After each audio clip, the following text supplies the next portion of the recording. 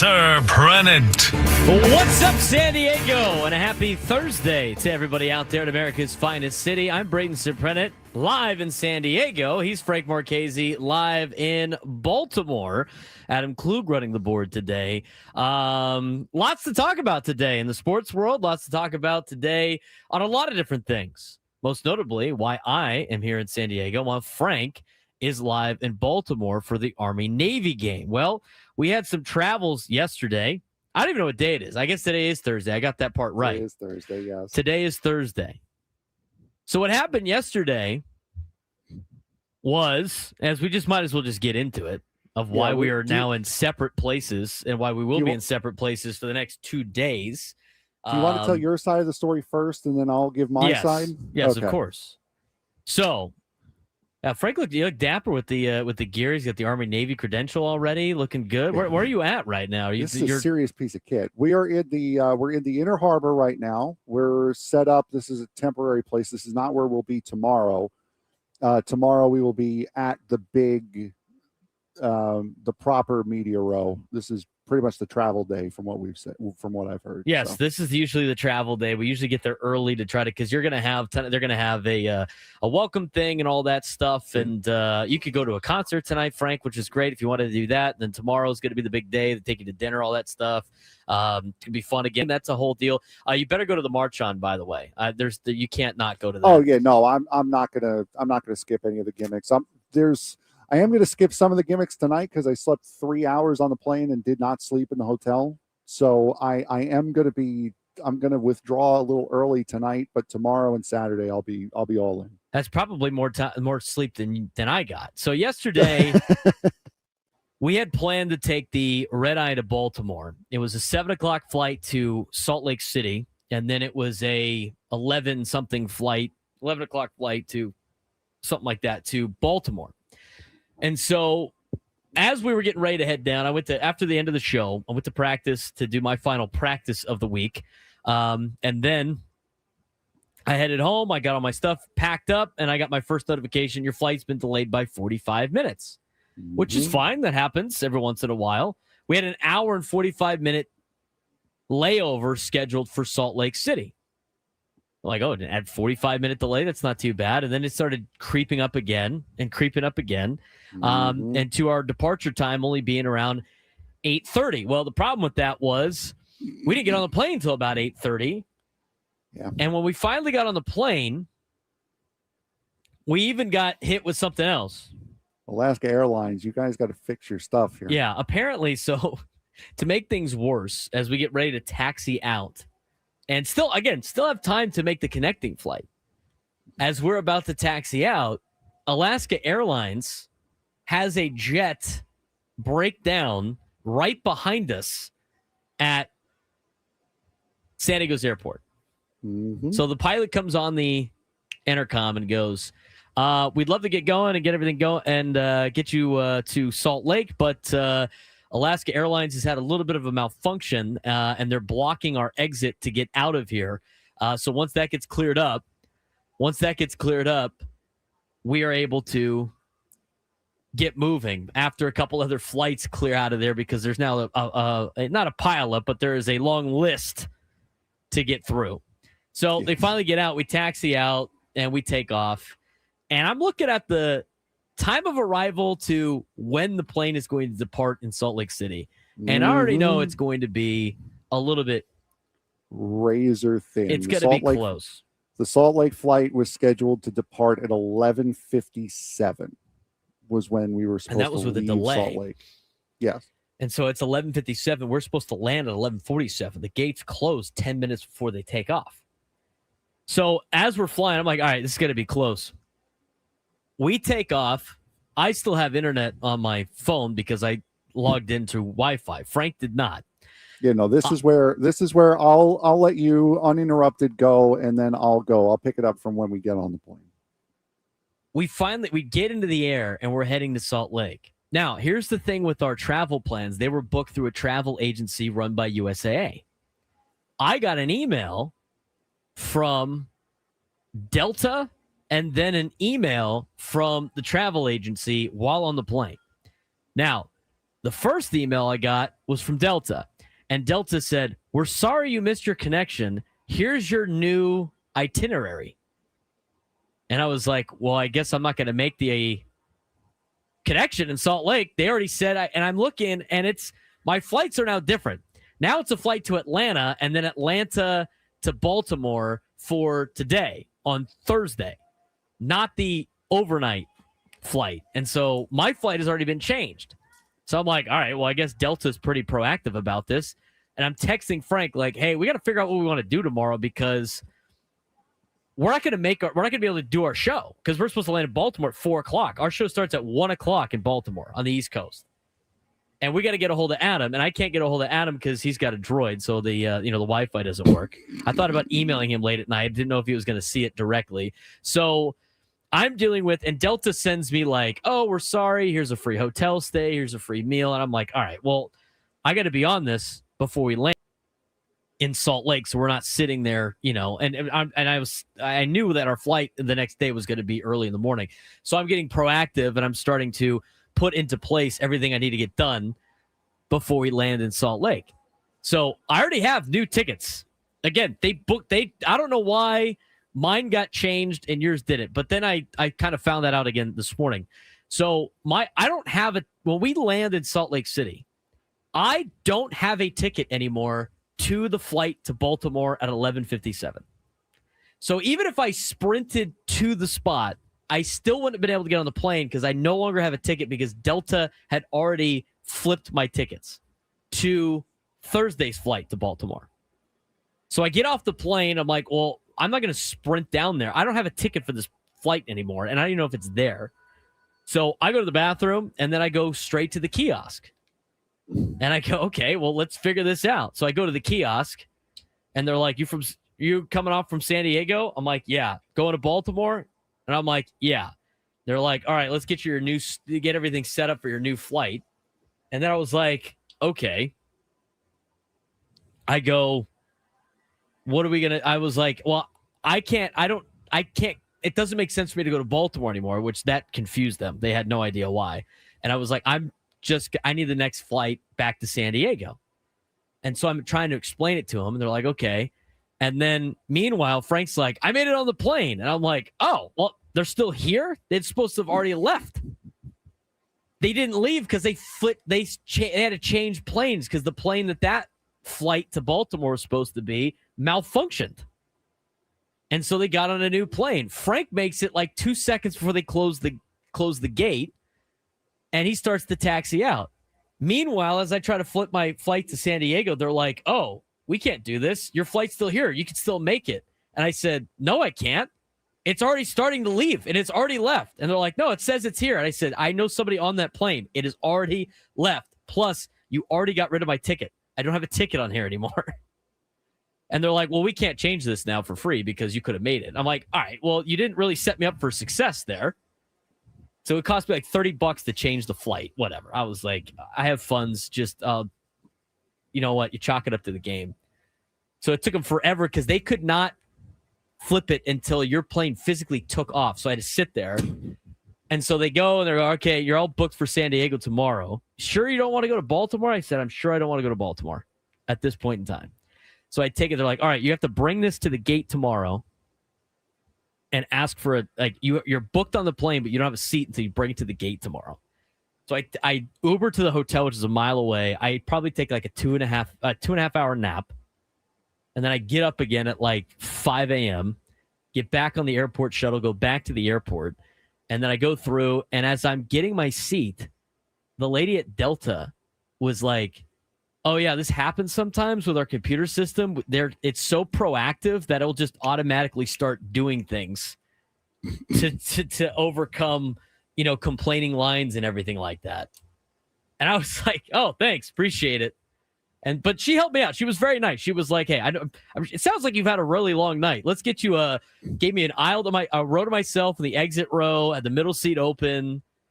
And so I got to fly back and everything was good from there. But again, I had Adam called last night and he's like, how did you not contact Frank? I was like, I haven't seen Frank since we left San Diego. I tried to text them. I didn't get a response except for that landing was rough, and then I'm on the plane. That's all I got from Frank on those texts that I sent, because he wasn't getting them until after he had already got on the new flight.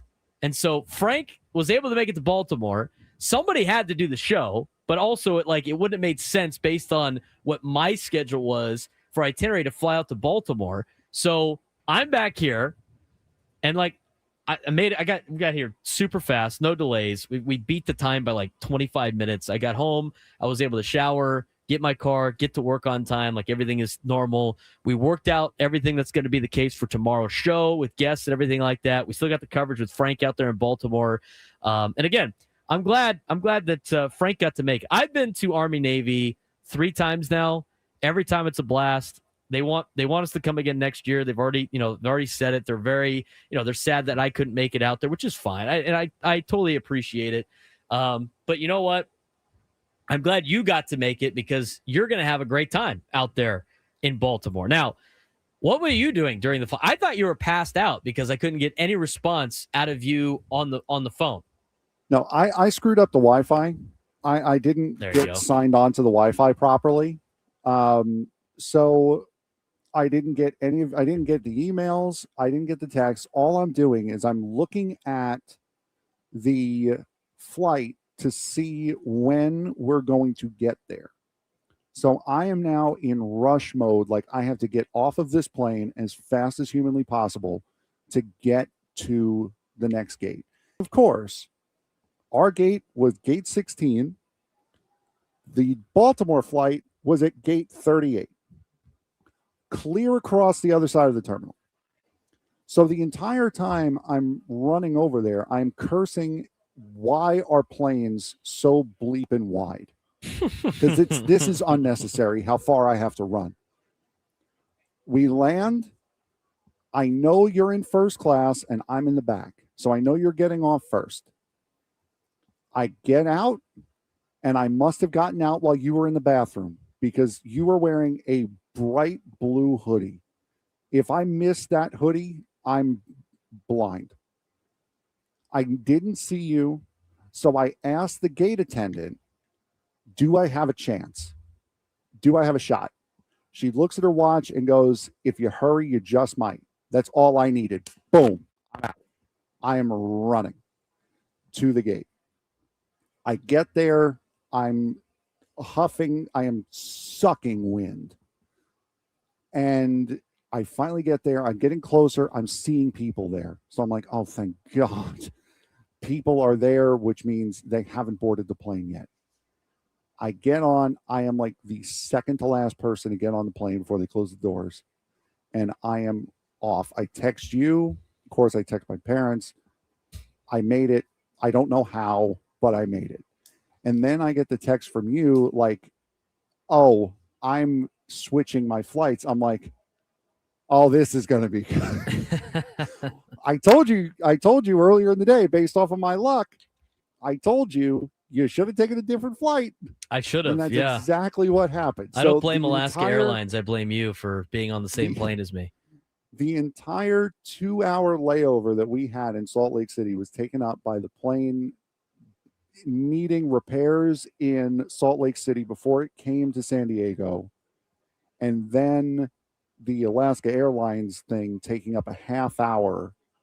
That ate up the entirety of our layover time. And it was a dead sprint from one end of the terminal all the way to the other. And that was hectic. I was upset that you didn't get it, that you didn't get there. I knew. I had texted Adam. He had called me trying to figure out what the heck happened. And as we took off, I was just so done with the day. I'm like, I can't do this anymore. I know I'm not in trouble, but I feel like we did something. There was something is wrong here. It was just a long day made even longer. And now I am sitting in Baltimore while you were at home. It's okay. It's okay. I'm glad you made it. I was because what I thought was going to happen as all of that was handing down was I thought you, Frank, we're going to have to fly all day today to Atlanta and then Baltimore while I do the show in San Diego. But you were able to make it there, which is great. We got everything worked out in terms of our coverage of Army and Navy, which is going to be great. You're going to have a great time throughout the afternoon tomorrow and, of course, today, maybe later on this evening. We got the update from Nick DiNucci where you can and cannot walk in Baltimore, so that should be a fun time. But I'm not walking anywhere tonight. I am going to sleep tonight. Yeah, that is exactly what I'm doing. I already told Adam I'll probably crash out at like 3-4 o'clock. I'll probably pass out at this point in time with the lack of sleep that I've had. I do not blame you at all. But honestly, I mean, that was because the reason why I'm here is because I didn't get those emails, because I thought I still had a chance to get here. So I just booked it, and I knew I had a backup if the plane wasn't there anymore. So my first thought was to find you, didn't see you, and then I just booked it. No, you gotta go. Gotta go. I could have been on the flight. Yeah, exactly. So I didn't know idea. you might have had a head start. You might have known that you could get there. You might have known it was here. So you might have seen I was playing catch up. So that was my first instinct, knowing I had a backup plan of hotel, food, get here tomorrow. I knew it was just straight go to the terminal. It's fun to travel, isn't it? Always fun to travel. I mean, I would highly recommend to most people, don't fly to a city to take a 3-hour nap and fly home. It's not really rewarding at all. I mean, I basically spent most time on the plane and at an airport and going through security than I did doing anything else. And the other thing too is I was just in Salt Lake City. I was having massive deja vu of being there 3 weeks ago. But as Adam said last night on the phone, what a nightmare. And that's exactly what that trip was. Yep. I'm glad you made it. We got to get rolling here on the to get to.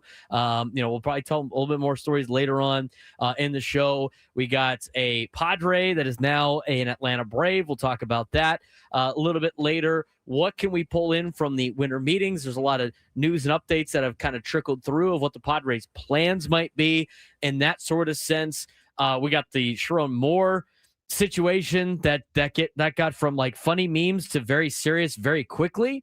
That we'll talk about as well. So we got a lot to get to here on the Braden Surprenant Show. He's Frank Marchese. I'm Braden Surprenant. Just getting started on a Thursday. San Diego's #1 sports station 97.3 The Fan. I'm dead.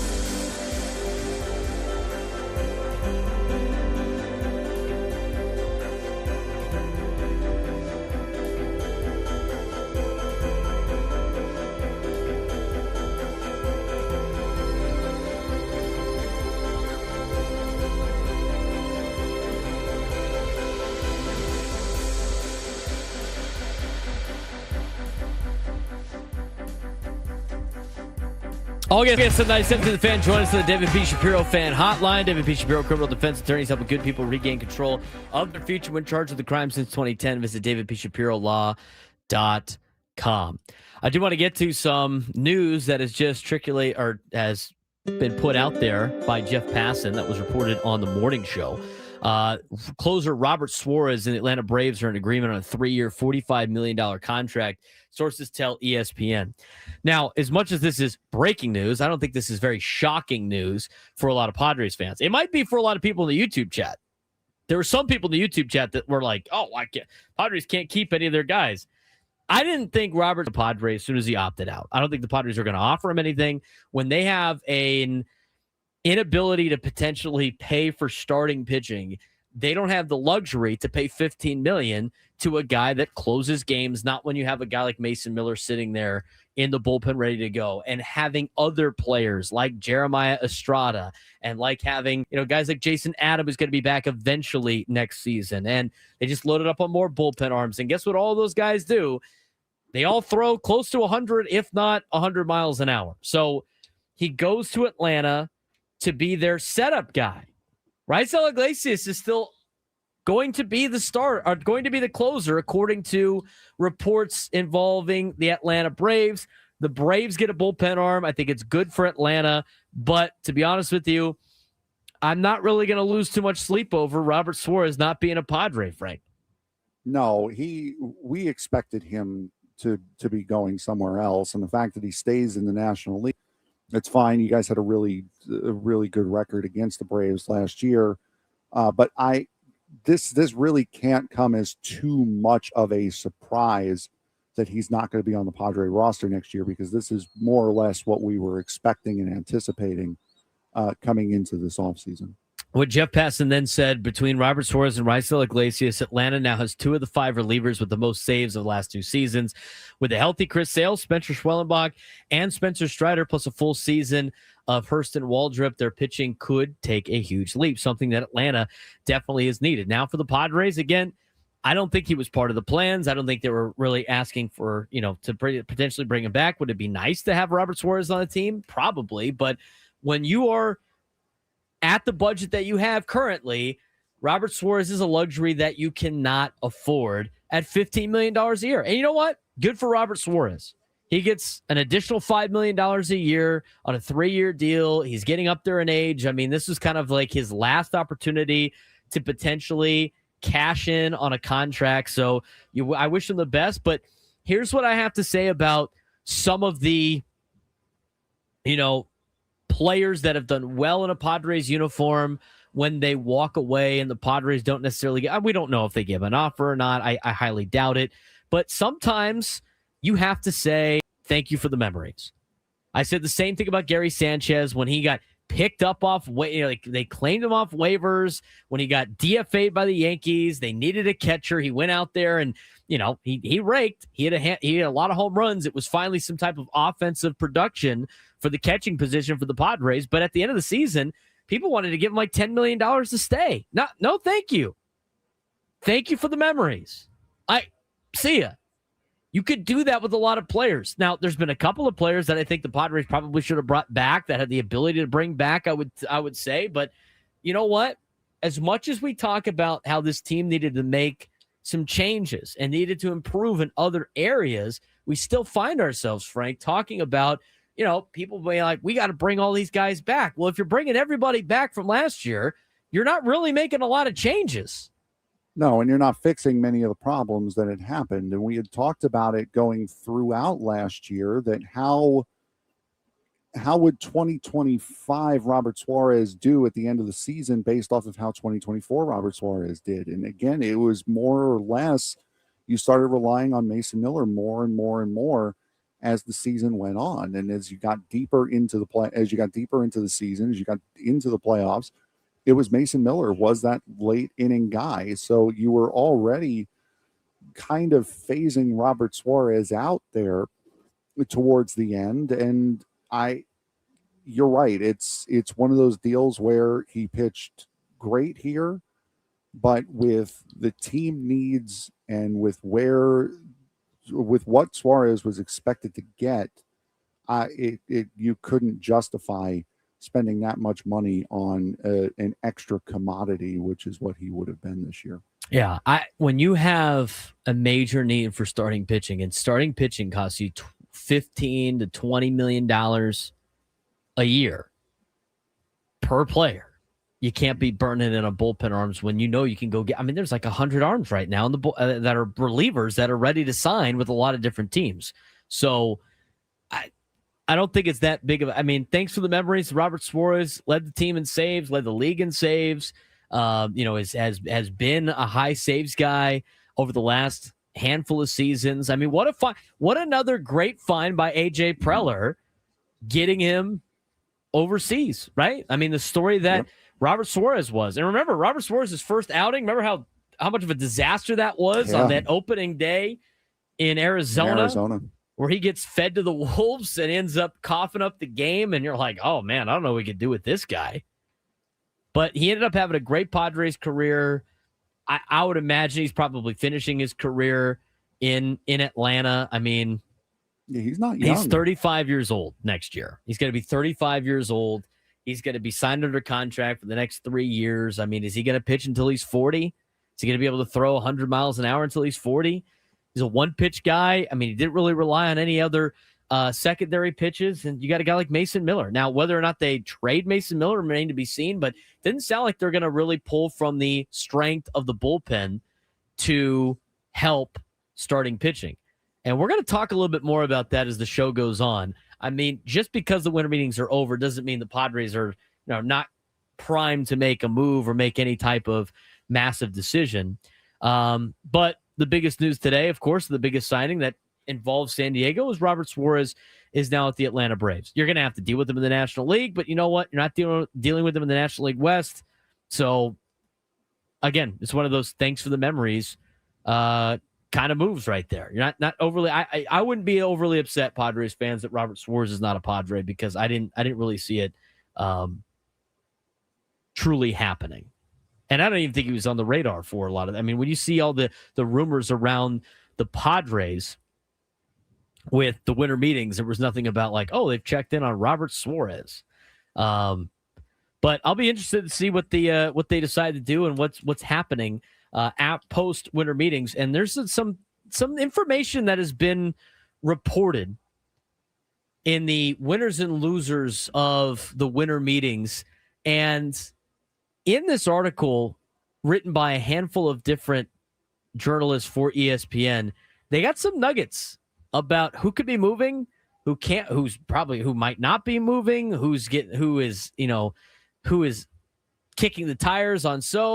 And there's some big names on there that need to be discussed, as well as how do you evaluate the big signings of the winter meetings. We heard Frank's opinion on the whole Pete Alonso thing. I don't know, Frank. How's Baltimore right now? Were they ecstatic? Landed? Have you been able to take it in of the Baltimore Orioles? No, I have not. I've gone into the hotel. I have been escorted over to where we are, and that's about it. So, no, I have not. Hey, brother. Well, I knew you were going to get the hotel room with the view of Camden Yards. I just need the billboard to go up before you leave. It's not the field side. It's okay. For those of you who saw the picture, I've got M&T Bank Stadium off to my right, and then I've got the big brick, the big convention center that you can see out behind right field. I've got that outside my window also. We'll talk about the biggest winners and losers of the MLB winter meetings, but also there are some big names that are available in the trade market as laid out by a handful of the insiders on ESPN. We'll tell you who those big names are. They fit for the Padres when we come back on the Braden Surprenant Show, San Diego's #1 sports station, 97.3 The Fan.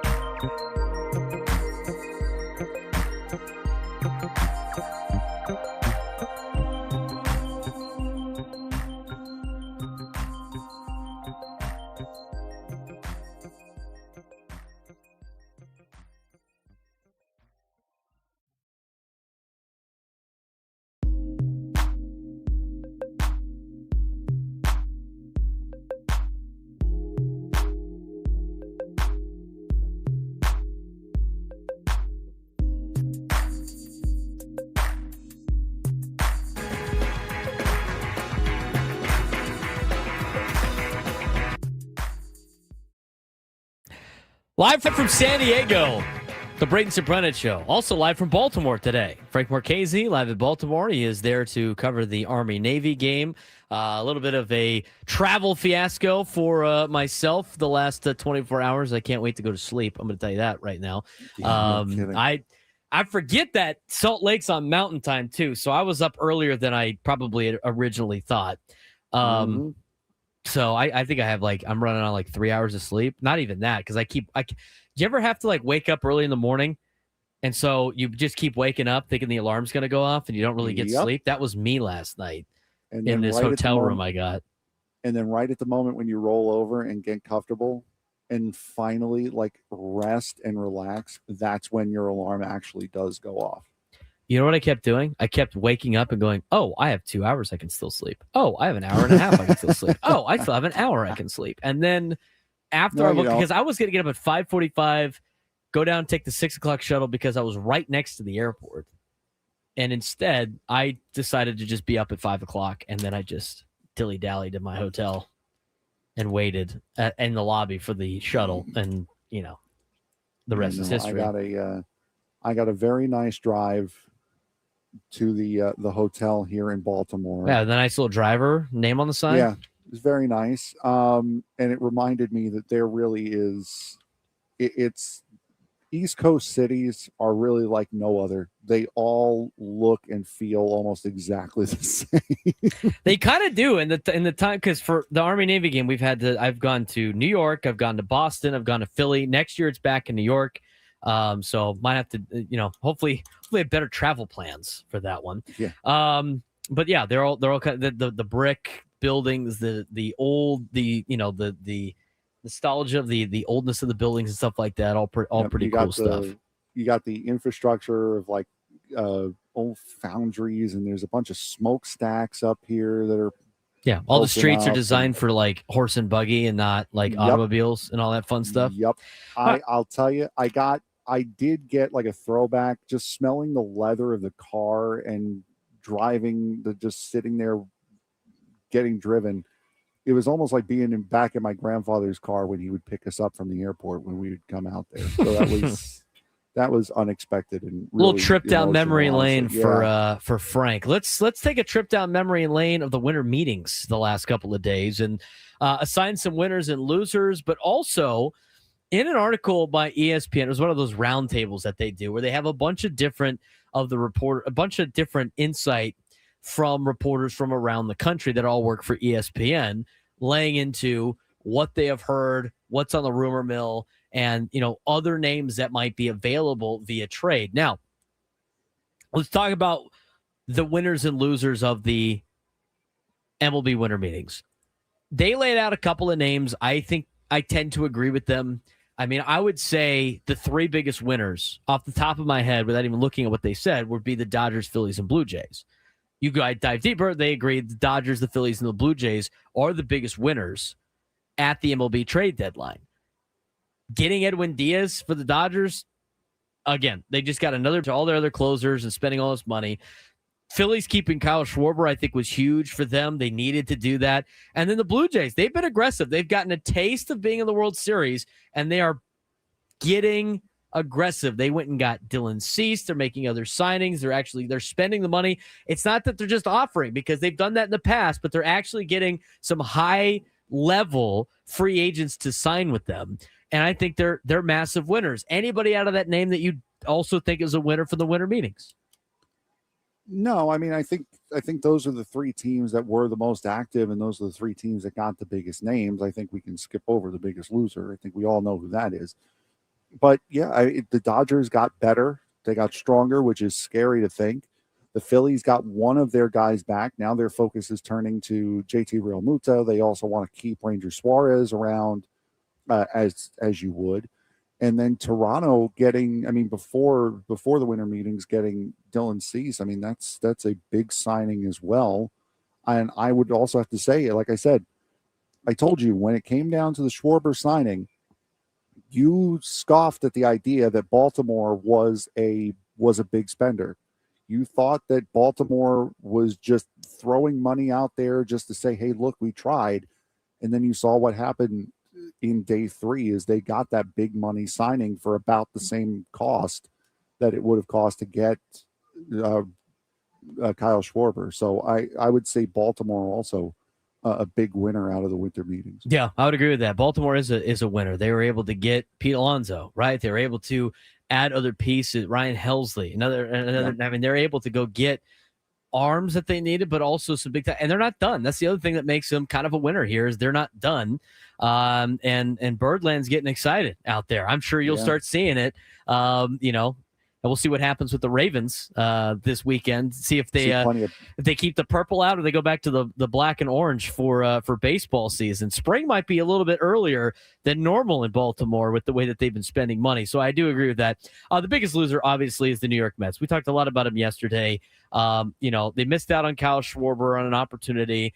They lost Edwin Diaz. They lost Pete Alonso. They traded Brandon Nimmo before the winter meetings. I mean, if you rope that in there, you have yourself a furious fan base, as we have all experienced watching Frank mini crash out yesterday after the Pete Alonso news. A furious fan base, a front office that is starting to reshape the franchise, and then some rumors and conversations about Lindor and Juan Soto in the clubhouse, and Lindor wants out and he wants a trade. I mean, there's a lot of problems with the New York Mets. I don't want to spend too much time on them. They're obviously the biggest loser of their winter meetings. I mean, they got money to spend. They could go save themselves by making some plays here. But, I mean, I think it's going to be hard for the New York Mets to overcome what has happened so far in the offseason. Now, other potential losers at the winter meetings, like I view the Reds as kind of a loser, but not really. Like, did anybody actually think the Reds had a fighting chance to get Kyle Schwarber to come home? I don't think anybody had it. I don't think anybody honestly believed that Kyle Schwarber was going to be a Cincinnati Red. So if you think, and this is what the article laid out, they think like the Reds fumbled hometown Schwarber, and maybe it was their only shot to get an elite slugger. To me, that's just, let's just not all have the same answer to the New York Mets. Let's throw somebody else in there. Cincinnati Reds just. I guess they were never going to get Kyle Schwarber though. So is it even easy to say like they're a big loser when they failed to spend when we expected them to fail to spend? And that's why I can't even put the Pirates in there as a loser, because again, to me they're just, hey, look, fans, look, we're trying. They didn't want to sign here. Sorry, we tried our best. That kind of makes you a loser a little bit, but to me it's the Mets and there's nobody else. I would agree with that. I swear I'm not doing this because everyone is the Mets, but would you consider, just based off of how much rumor and how much speculation and the article that came out on Tuesday, could you consider the Padres being a loser in this with how much amped up everybody got around them and how much of flurry there was and nothing come out of it? No, not really. And here's why, because I think this is just every winter meetings for AJ Preller. No, I agree. And as it was laid out, I mean, he said it, 99% of what we come up with doesn't come to fruition. I don't think the Padres were in a situation in which they had to get a deal done by the winter meetings or their host. I didn't think that was going to be the case. I thought if they do something, it'd be via trade. And when it comes to trades, it's more than just you. Like if they're in the sweepstakes to say, we're going to make a big splash in the free agent market, we're going to go sign somebody big, we have the money to spend. If they had the money to spend and they came up at the winter meetings and they were in on Pete Alonso and they were in on Kyle Schwarber and they were in on and they were in on Dylan Cease and they were in on, like, just say Robert Suarez. If that was the case and they came up empty, yes, I would say they were a loser at the winter meetings, but they weren't in on any of these guys, at least not reported. Yeah. I'm sure AJ Preller did his due diligence and made some phone calls like he always does. But I think if they were in the situation that they were a couple of years ago when they ended up signing Xander and they were unable to sign Xander, they came up empty at home at the winter meetings and they toured Petco. They gave Aaron Judge a tour of Petco Park, and they did the same thing with Trey Turner, and they had to get somebody. That to me is a loser of the winter meetings. But when you're a team like the Padres and you are kicking the tires and you're throwing a lot of different ideas out there and you're trying to take maybe some starter or maybe some big leaguers to trade for prospects to then flip for other big leaguers to try to get more control over them. When you're trying to work a lot of different situations and scenarios, it's kind of hard to cash in on one of those things. I think if they would have made one trade, they would have been a winner. I think if they would have made one trade, that would have been a winner. Right now, they're kind of in the middle. Not everybody's a winner / a loser. There's a lot of teams that were just in the middle. I mean, yeah. I would say, like, you could talk about, what about the Giants? I mean, the Giants haven't done anything in 3 years.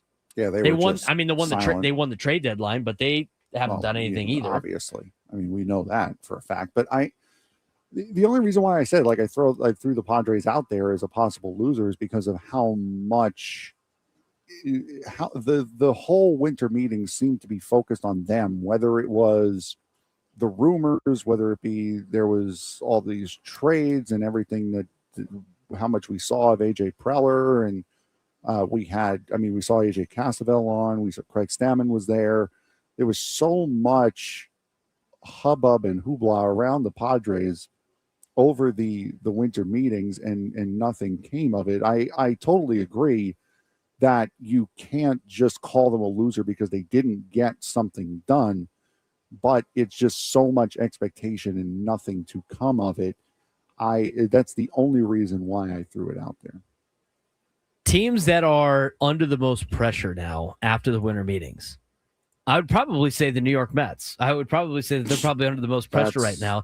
And to be honest with you, but the Yankees are probably not too far behind, being another team that's like, they got the money. Why aren't you spending it? Where are we at as a organization when we can't even hang with the Los Angeles Dodgers on the other coast? I don't think the Blue Jays are under a lot of pressure, but I guess the pressure comes with how much they've spent. Like, now they got to go perform. I mean, they went out. Yeah. You can't be the team that wins the offseason. So with that, I think comes with a little bit of pressure. And the last team is, I don't really think the Reds are under that much pressure, but they have this young core of players that they have now had under control for a couple of years now. Their inability to sign a big free agent, their inability to really take that next step. I mean, their division is wide open right now, depending on what the Cubs and the Brewers do. St. Louis isn't going to be competing this season. Pittsburgh never is competing. Reds are right there on the cusp. They might have some pressure to go out there and make a big splash, as the offseason continues. Yeah, I would agree with that. I mean, you have the one that's at biggest risk right now is Ellie De La Cruz, because he's been there the longest. Matt McLean has come up. I believe this is going to be his second or third full year for Matt McLean. You have Sal Stewart, who just came up last year, made his debut last year. Hunter Green, we discussed earlier in the week. So, Spencer Steer is another one of those young guys, is a big power hitter for them.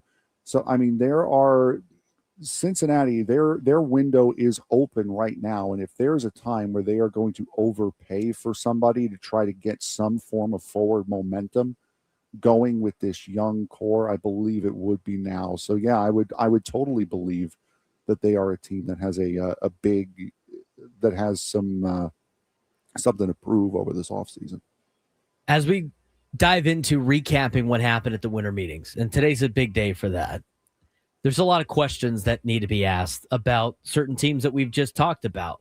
And we're going to answer some of those questions in the 11 o'clock hour. The other thing, too, is there are some big names available via trade now. There are a lot of big names available via trade at second base. That lists Padres' Jake Cronenworth. The Texas Rangers are listening on even shedding more payroll. I don't know who's going to take the contract of Corey Seager, but they're listening on Corey Seager. What would require that overwhelming return? And then, of course, like the biggest thing and the biggest trade conversation this offseason is about Tarik Skubal. Mm-hmm. And the latest information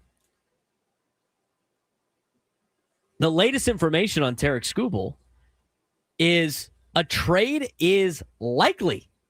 A trade is likely. I don't know how a trade for Tarik Skubal becomes likely. Yes, there are teams that probably want Tarik Skubal really bad. But at the same time, and I'm going to tell you, like, there's some rumblings about what could potentially be traded for Tarik Skubal and who's interested. I mean, obviously, we got the reports earlier this week. A lot of people didn't want to look into him too much, but we did have national writers talking about the Los Angeles Dodgers trying to make a Tarik Skubal trade. I mean, if you're anybody that's trying to trade for Tarik Skubal, he is a Scott Boras client, and he's got 1 year left. There is no guarantee that you're going to be able to get that contract extension before you trade for him. I know a lot of teams have been working on that, but to try to get a Tyler Glasnow type trade that the Dodgers pulled off when they acquired him from Tampa, where they're going to sign him to a contract and then trade, I find it to be very unlikely. But yeah, there's some more information on the Tarik Skubal trade market, the big second baseman that might be available, and a former Padres farmhand that is now likely to be traded from another team. We'll talk about that when we come back on the Braden Surprenant Show, Standings Over on Sports Station 97.3 The Fan.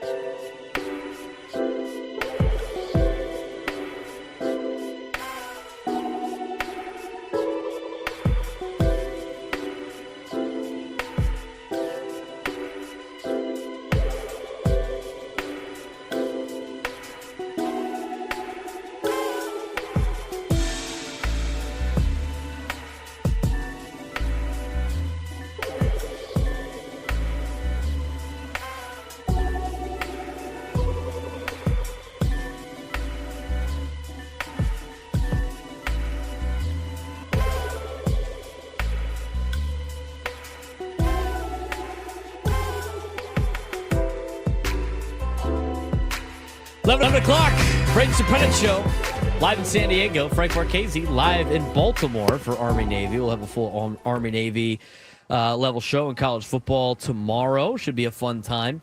from 10 to 2. Frank's going to be running all over the place tomorrow. Enjoy your free lunch tomorrow, too, by the way. It's usually a good time. Oh, thank you. I know you got a little bit of a swag bag, too, also. Always get it. Yes, very, very nice. We'll be showing off that gear tomorrow as well. Okay, yeah, that's what I was going to.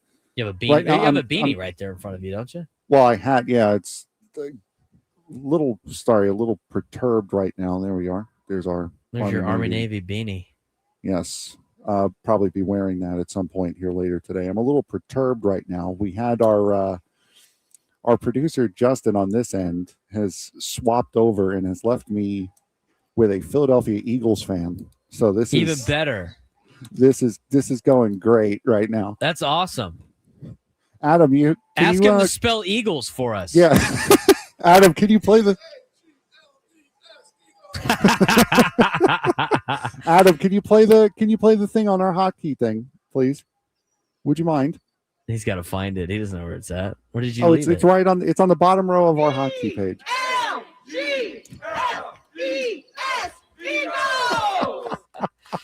At least he can spell better than the mayor of Philly, man. That's great. I'd love to see it. That's awesome. Well, That's awesome. We're going to talk a little bit more in the at 11:15 about some of the stuff that was mentioned on Ben and Woods about the Padres and about Frank Marchese's New York Mets.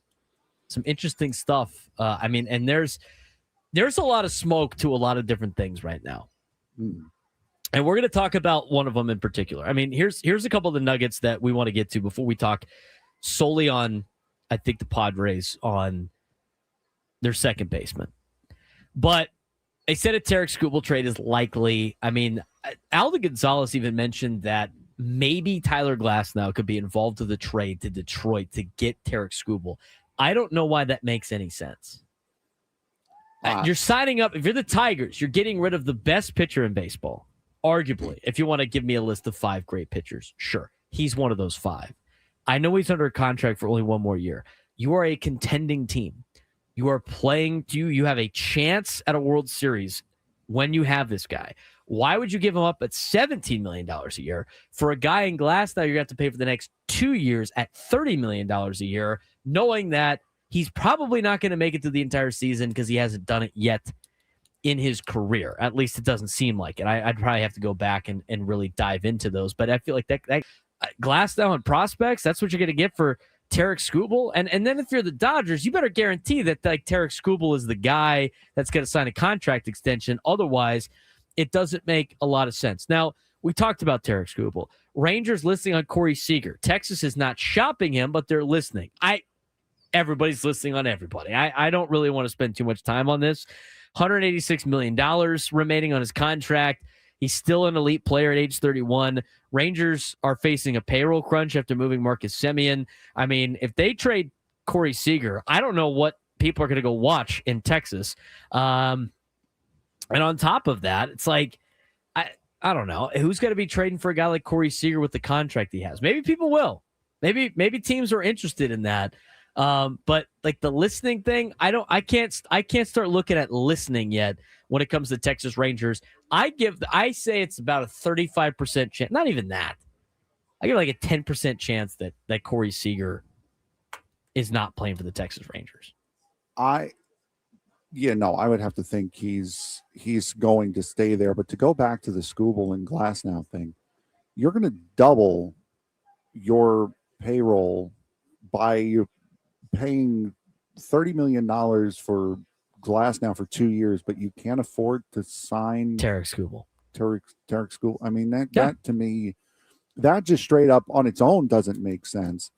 But then, I mean, that was the report that we had heard, or we'd seen over the week at the beginning of the week, was that Skubal, that the deal was done. They were just waiting for the approval on the owner's side. The local news guy reporting that stuff. That it was already done. They were just waiting on the approval from the Tigers management, and they were waiting on a contract extension on Tarek Skubal. Well, let me ask this question. In a world where that is actually accurate, that's ridiculous. Let me ask you this question. Let's say that is true. They're waiting for owner approval. All of the owner, what are we getting held up on baseball in 2027? What's the big thing that's holding everybody up in baseball is what? It's the salary cap. Yeah. They want a salary cap. And why does everybody in baseball want a salary cap and a lot of the big teams want a salary floor? Why is that?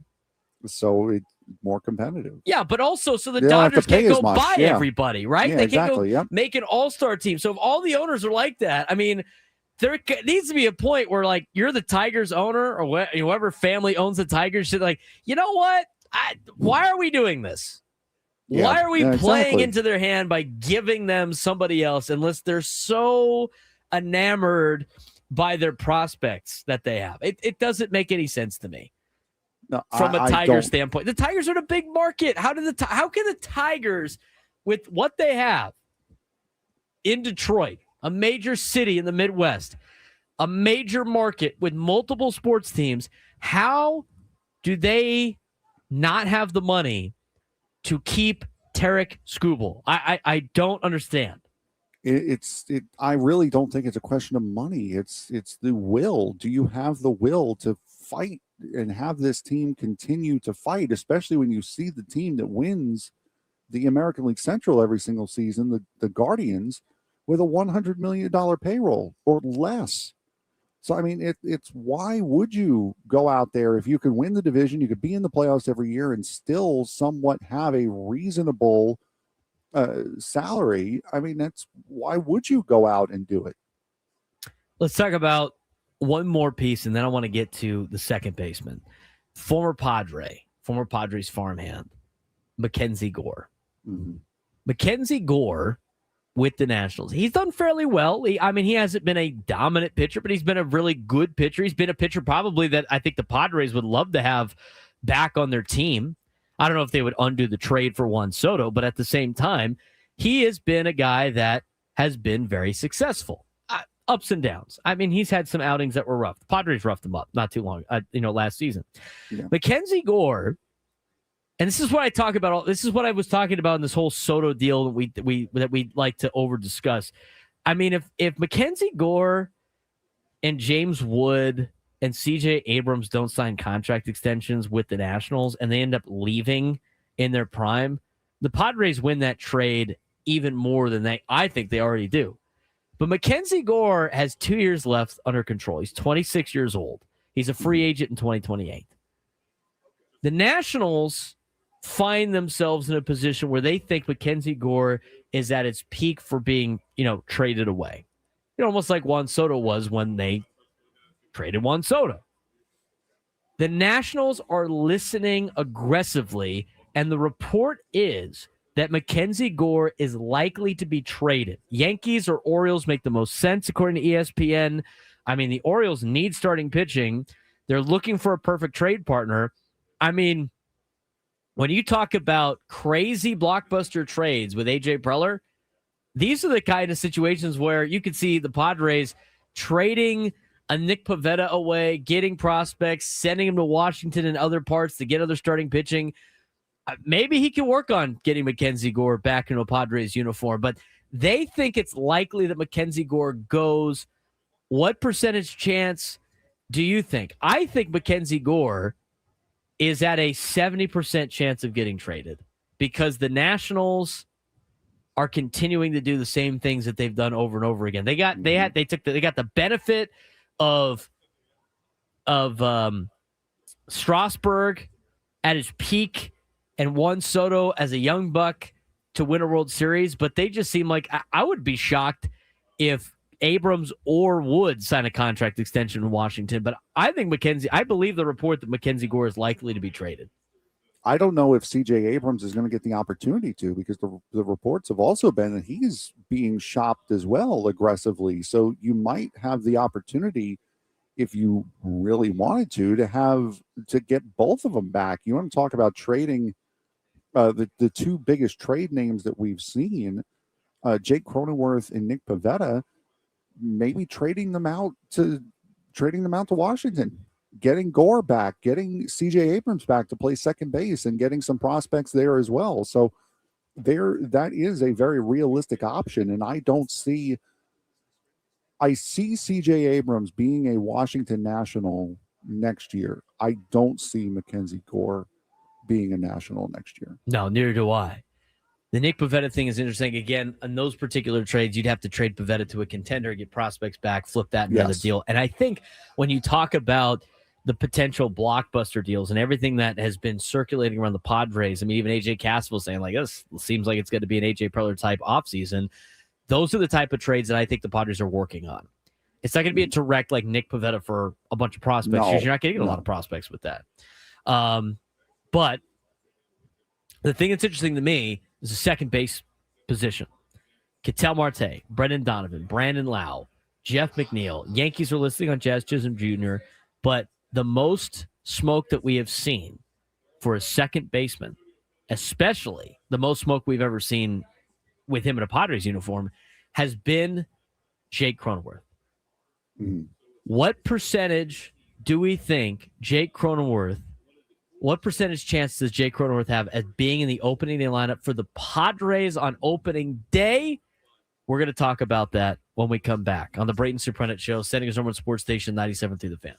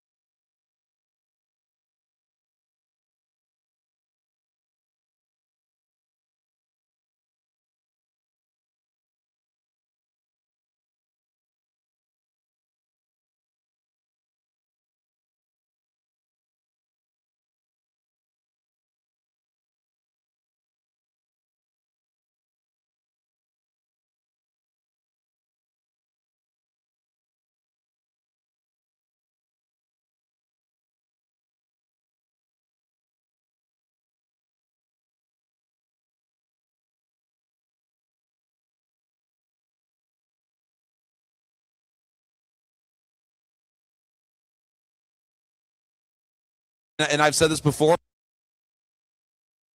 and I will repeat it here because I think it's very relevant. Cody Bellinger is calling me crazy, but as he's on this market involved, that possibilities written are not going is tough. You would assume they're talking. You talked about Gore and the Padres. Similar marketplaces: Giants, Orioles, Mets, all involved. I'm glad you left it there. We're going to hit the Padres shooting big quotes. You talked about Gore and the Padres. The shooting big is now taking on a life of its own. And I mean, if the story is as written, you would assume they're talking about Tatis, right? Because Bogarts and you would assume that. I'm not saying that's correct. Right. Bogarts and Machado are not going anywhere. And Cronenworth has a big contract. They'll listen on him, but the way the story's written is it's a monster deal, right? What's a monster? The only monster deal in my mind is Tatis that they can make. Correct. And I'm hearing Tatis isn't going anywhere. That's the impression I'm getting. And they're talking about Pivetta, which I think has been written in San Diego, and some of the other pitchers. They're being asked about Mason Miller. They love Mason Miller. They do. Does somebody else love him more than AJ Preller? I'm not sure. But those are the guys that they're at least being talked about. And as a final thought on the Padres, John, I'll say this. What player would you prefer? If the money was the same, which player would you prefer? Fernando Tatis Jr. or Kyle Tucker? I mean, I'd probably take Tucker just because it's a sure thing of what he's going to do almost every year. Put up that 140 OPS plus, have as many walks as strikeouts. He's a good defender. He's not a great defender like Tatis. Tatis is a little bit streaky. He's more exciting for the fans. I think that's the reason I just have a hard time believing they would trade Tatis.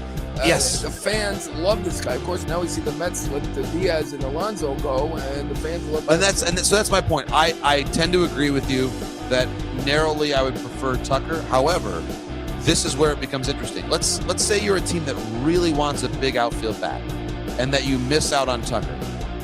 Do you pivot and try to acquire Tatis from the Padres if you're the Blue Jays, for example? So if you're the Jays, which they seem to have tremendous financial resources right now, They do. would the Jays turn around and say, okay, well, we miss on Tucker, but we will go after Tatis and try to acquire I him? liked your Red Sox for trading for a pitcher because they have those pitchers to give, young pitchers to give up. I'm not sure they're not giving up. The Savage, right? He was fantastic. Correct. Yes. So I'm not sure if they have the wherewithal. I don't see it either. I think Tatis, John, it sounds like we have both talked we talked ourselves about into that. believing Tatis is staying put. I think he's staying put, so I'm not sure what they consider really, really big. Cubs getting Bregman and Imai, I'm going to doubt.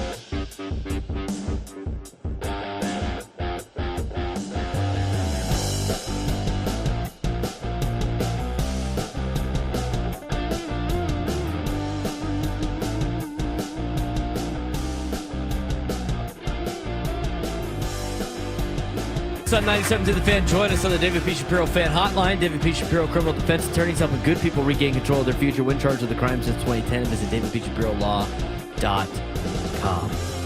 He's Frank Marchese. I'm Braden Surprenant. This is the Braden Surprenant Show, live and local each and every day from 10 to 2 on San Diego's number one sports station, 97 to the Fan. We have lost Frank. We can hear Frank. His audio's there.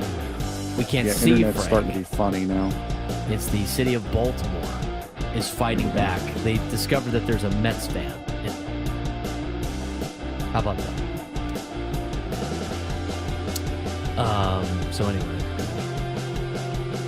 Oh, I guess that audio clip we were going through, Adam, was going through the YouTube stream during the break. Oh, fun.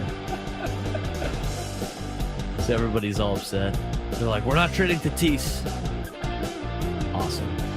Anyway, I wanted to talk about the Jake Cronenworth stuff. Because where there's smoke, sometimes there's fire. Now, with Jake Cronenworth, this is the most that we have gotten in terms of any type of real, I don't want to use the term smoking it, but this is like the most that we've ever seen him be linked to potentially being traded. Now, there have been reports that the Padres would rather not do that because of his leadership qualities, but because of the fact he could do everything. I mean, he's the guy that's like, wherever you need me, I'll go out there and play. I'll do it.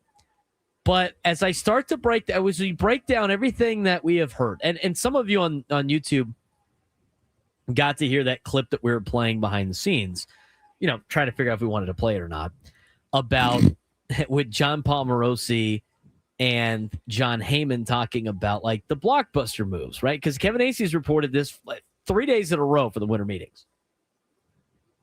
Even asked AJ Preller about it. He said, well, 99% of the time, none of this comes to fruition. It's just kind of like outside thinking. It only happens maybe 1% of the time. But if you follow along, you just try to play process of elimination with the Padres. They're not trading Fernando Tatis Jr. That was number one. They said, I mean, he was as close to untouchable as possible. That AJ Preller is going to willingly admit to, because he doesn't. He holds things very close to the vest.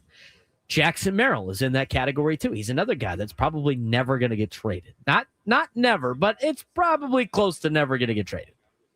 I mean, these are the guys that are as close to untouchable as you could possibly be. So when you're thinking blockbuster, you usually think one of these big type names. Those two don't fit the category.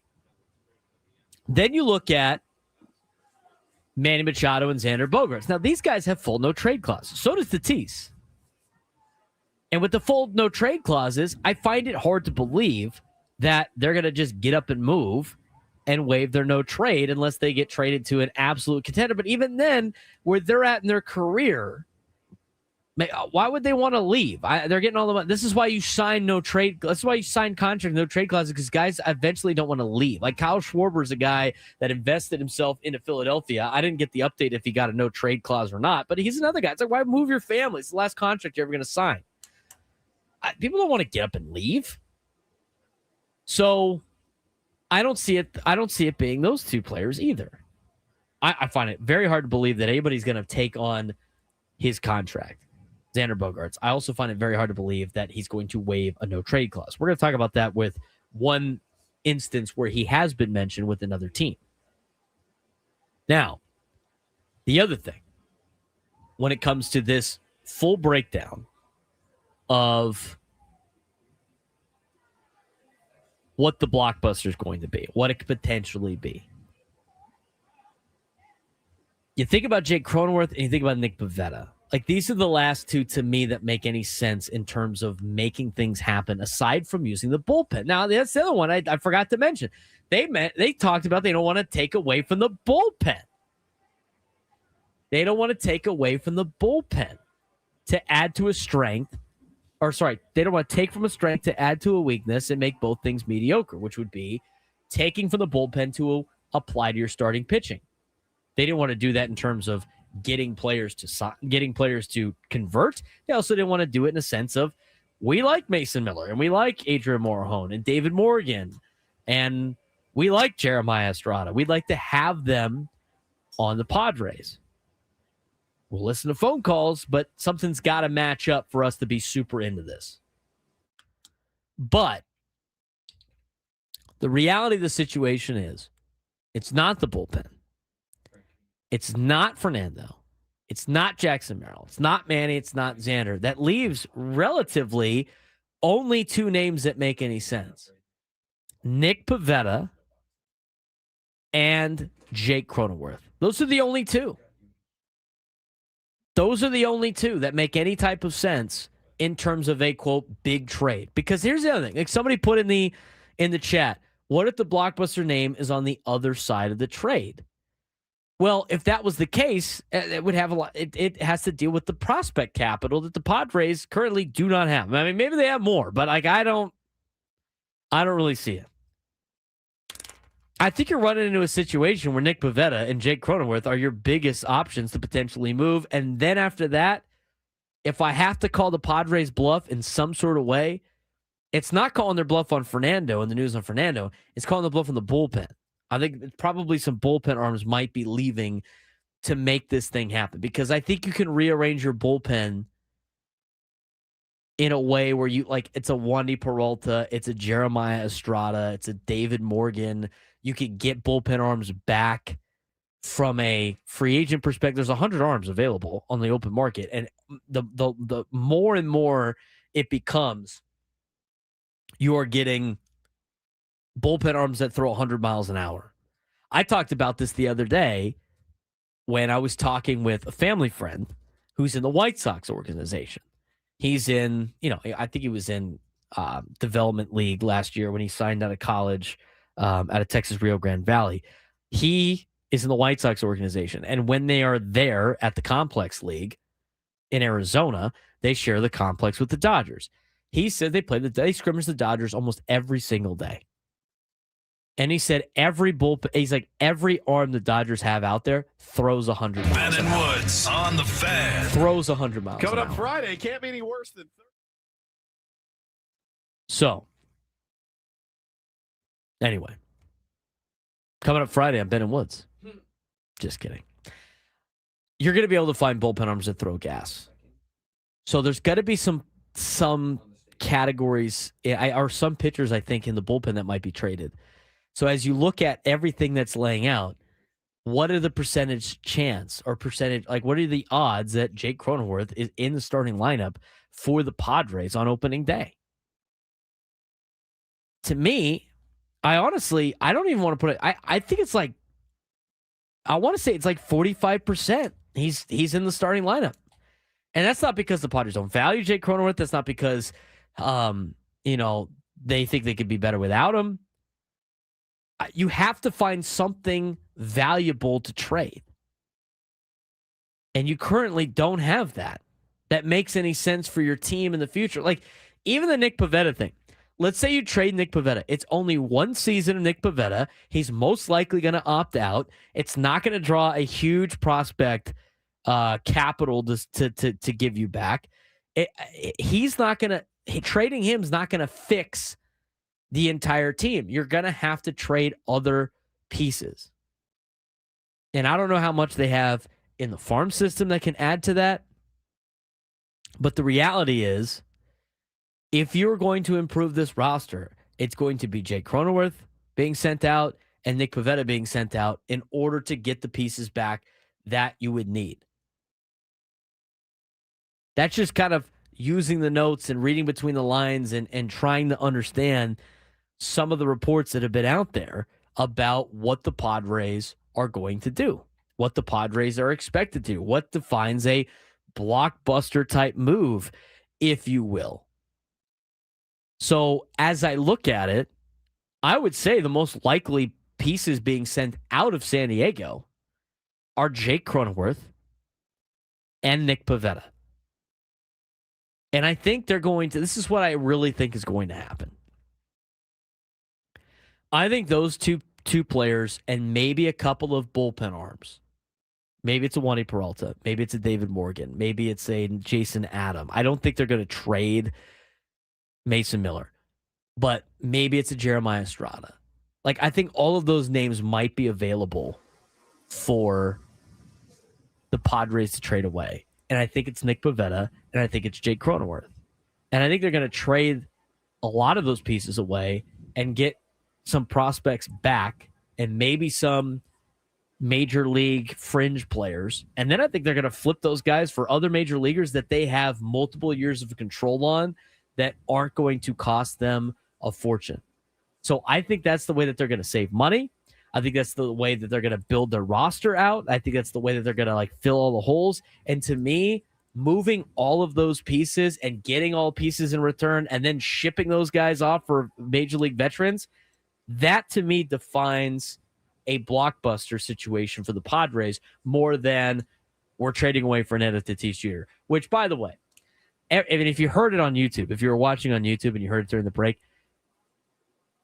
John Paul Morosi and John Heyman basically talked themselves out of Fernando being worth trading for the San Diego Padres. They're like, oh, then maybe the Blue Jays could come. Maybe it's this guy. Maybe it's this team. And I don't really think he's going to go anywhere, on top of the fact that the Padres said he's not going anywhere.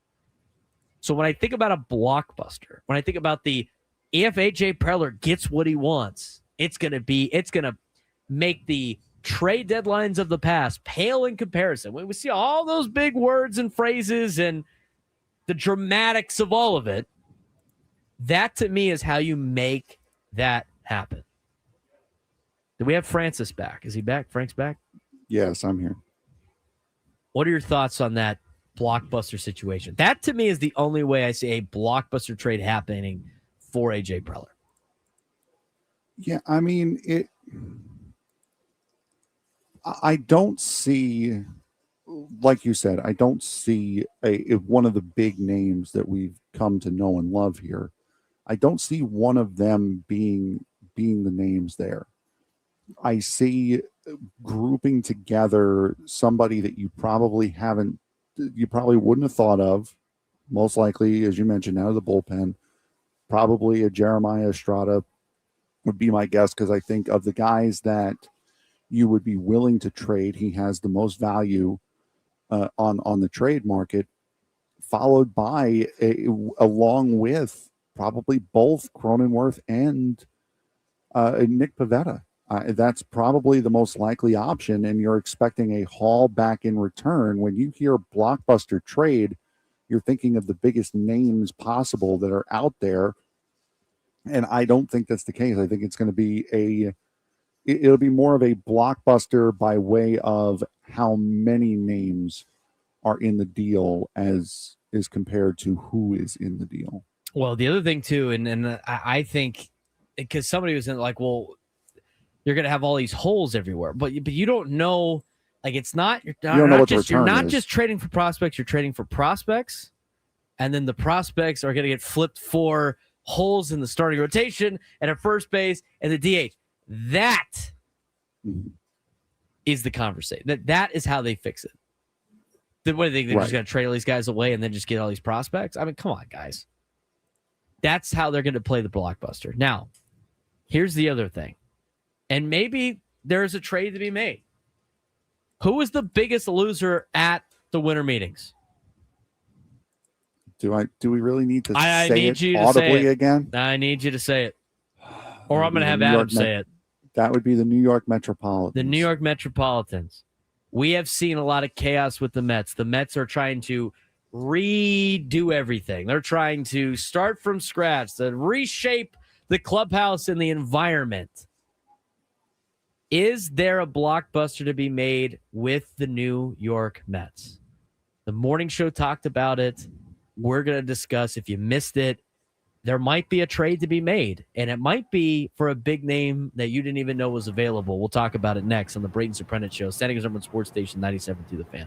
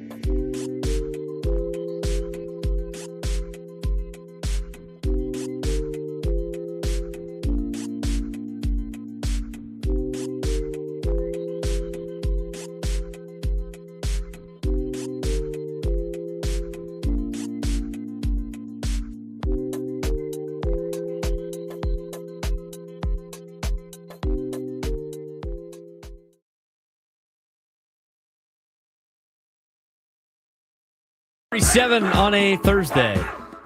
I have to write it down in front of me so I know what day it is. That's just kind of one of the weeks we've had this week. We're talking a lot of Padres baseball today, kind of recapping the winter meetings. Yesterday was the last day of said winter meetings. And we went through a lot of different scenarios in which they're trying to pick the notes out for the San Diego Padres of what we learned during the winter meetings. And the whole blockbuster thing, I think when you use the term blockbuster and you're not talking about a movie store that no longer exists, people perk their ears up a little bit. They do. You don't just throw that phrase around too much. You know who else doesn't throw that phrase around too much? Kevin Acee. So when you start to dive into how that becomes a blockbuster, how you're able to make a trade, a blockbuster trade for the Padres based on the stipulations, or should I say the formula that the Padres currently have and what they have available, it's hard to find out what a blockbuster would be for the Padres, unless it includes a guy like Nick Pivetta, unless it includes a guy like Jake Cronenworth. Now, there is a potential trade that was discussed on Brennan Woods, one that we might have not thought before. But you start to look at the Mets. Now, the Mets are a dumpster fire in the last 24 hours. They have been a dumpster fire in the last 24 hours. If you needed any type of reasoning for that, you just saw Frank's reaction but also at the same time. Thanks for putting it lightly. You know what? We keep it honest on this show. We keep it real. They have been a disaster in the last 24 hours. I mean, they asked the question in the ESPN article, did the Mets just have the worst 24 hours in franchise history? You know what? No. It's been very difficult. I don't know if it's been the close. worst, but it's pretty up there. And now you start to hear the reports about Lindor, and then it's Lindor and Lindor and Lindor. And what's wrong with Lindor? Well, Lindor doesn't really like what's going on in New York. Seems like there was a clubhouse problem. Is Lindor the clubhouse problem? I mean, there's a lot of rumors with Lindor. As many rumors with Lindor as there are with Jay Cronenworth. So the morning show, Brennan Woods discussed what could be a potential blockbuster trade that involves the New York Mets. Here's what Brennan Woods said and what Woods had to say about it. Somebody know what he's been hearing. The news that I got last night is again, take it with a grain of salt, however you want. We don't do this a lot, but I did. As we were wildly speculating yesterday, my understanding from the person I talked to is that Francisco Lindor is very much still very coveted by AJ Preller. He certainly fits the mold. He absolutely fits the mold. The other part I heard that we, again, wildly speculated that Mason Miller would be part of the return and potentially a Xander Bogaerts would go to New York. First thing I would say, the exact thing we kind of just idly speculated correct. about yesterday. The way that I heard it yesterday was, it has legs, and I went, okay, fair enough. Yeah, that's interesting, and I think it's important to say, we know for a fact that Lindor was on AJ Preller's radar 5 years ago. He told me to my face. For a fact, we know that. Stared at me in my eyes and said, "Wait till I get Francisco." And well, there the may news have being been a that bit he's of, still on the radar. The radar of Francisco Lindor. Okay. Let's try to break this down. Now, if you do the Francisco Lindor trade, you're picking up 31.9 on the AAV for Francisco Lindor. Now, you are in a other sense getting rid of the Xander Bogaerts contract. So he said Mason Miller, Xander Bogaerts in a potential deal that brings back Francisco Lindor. Lindor's only 32 compared to Xander. Well, actually, I don't know how old is Xander now. It's 33 years old. I mean, they're I believe they're roughly the same age. The same age. I mean, Francisco Lindor, good. You would have a shortstop for the future, I guess. I mean, it'd be cool to have Francisco Lindor on the team. And here's the other thing about all these deals. The morning show doesn't really talk like this unless it's something important. They're never really breaking news. We're not really in the news breaking business. Not that it is, but it's and they said take it for what it's worth. This is what they have heard. They wouldn't talk about 33. Xander's 33, Lindor's 32. So it's not even a big difference of an age. Xander's under contract until 2033, and Francisco Lindor is under contract until, if I can get my computer to work ever, 2031. You have one less year. You get to pay him a little bit more money, but you free up the Xander Bogaerts contract. And then again, the Mason Miller deal is very interesting too. There's a lot of things that have to go right for the Padres for this to make a ton of sense. And the obstacles are there. But here's how I interpret this a couple of different ways. Number one, Francisco Lindor, as mentioned by Bennett Woods, has been a, quote, the white whale, one of the white whales that A.J. Preller has coveted. He tried to go after him before he ended up on the Mets. When A.J. Preller is set on a certain player, he finds a way to get set certain player, or at least tries he's going to make a lot of phone calls for him. We saw that with Shohei Ohtani. We saw that with Juan Soto, right? We've gotten all the rumors about how the Padres had an offer in with the Angels to send Jackson Merrill and a package to get Shohei Ohtani. But he does not let any stone go unturned, right? And when he's fixated on a player, he goes after said player. So from that standpoint, I believe it. I can see something like that. Now, if it's going to have to cost you something. Maybe a Mason Miller is enough to make that happen. Do I think this is a right move for the Padres? I don't necessarily know. You'd have to work out a lot of the details. I find it interesting. I would find that to be a blockbuster level move. But why it doesn't make a lot of sense? If you're Xander Bogaerts, why would you waive your no trade clause to go play for the New York Mets and play in New York with, everything that comes with playing in New York, with the pressure of New York, with, New York wanted to run Francisco Lindor out of town like his first year there when he was struggling. Xander Bogaerts is an aging veteran. He'd signed up to be on the Mets.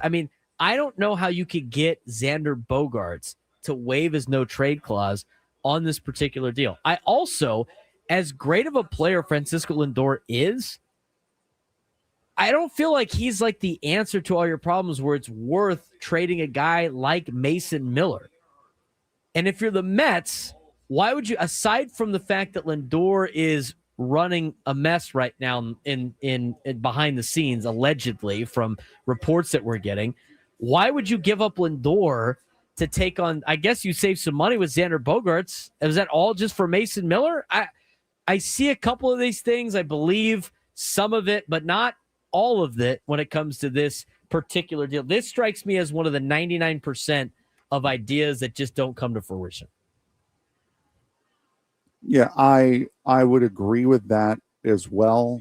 As far as the Lindor locker room issues, Mike Puma, who's one of the Met writers for the New York Post, I believe, said that he had a big blow up, Lindor did, with Jeff McNeil after a game in Philadelphia in June where McNeil kind of jogged it on 2 plays on defense. There's also been reports that Lindor isn't a big fan of Juan Soto's attitude, as far as Soto is reported to be very businesslike. I'm here to get the job done. I'm not really here to socialize. I'm not really here to make friends. I'm just here to do what I need to do and do it to the best of my ability. Has anybody said anything good about Juan Soto in the clubhouse? Have we got any good reports about Juan Soto in the clubhouse and like any team that he's played on? This is the third team that we've heard the rumors about, like Juan Soto being a massive problem. Right, but that doesn't sound to me like Juan Soto is being a problem child. Like he's starting his own clique. It's like he's just keeping to himself.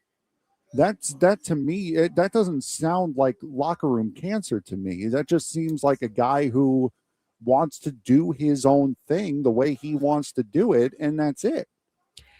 As far as I don't see it with the Juan Soto stuff is, I mean, he has had baggage everywhere he's left, and now absolutely. He's already got Lindor upset about Juan Soto. I don't even believe that. I feel like Lindor is even like putting it in a nicer way than what is probably actually going on. So I don't get the whole the Juan Soto thing. To me, I think it's kind of crazy on that particular front. There's not a lot. I mean, he doesn't. There's always clubhouse problems with Juan Soto, it seems. No, he absolutely, and he has been a problem every single place he's gone. I mean, that is undeniable. But one thing that Juan Soto, that Francisco Lindor, would really help here, I think, is what is the one thing that we have complained about for the last couple of years about that Padre clubhouse. Is that there's no real team leader here, that we keep expecting guys like Manny Machado to step up into that leadership role and doesn't, or at least doesn't appear to. Lindor is that leader. Lindor is the guy who's going to go. It's been reported in the New York media many times that Lindor will go up to every single player like once a week just to kind of see where they are and see how they're feeling and that kind of thing. He's the glue guy. He is the leader. He is the guy who's going to take a loss the most personal. All right. So you just I'm going to interrupt real quick. You just talked about how Lindor is like a captain and the most important guy in the clubhouse, and he is the guy that keeps everybody together. And I mean, you said it all. Yes. So why wouldn't you, if you're the New York Mets, value him a little bit more in a sense of like, all right, we can't work with this guy? I mean, you're in a bad spot because you can't get rid of Juan Soto.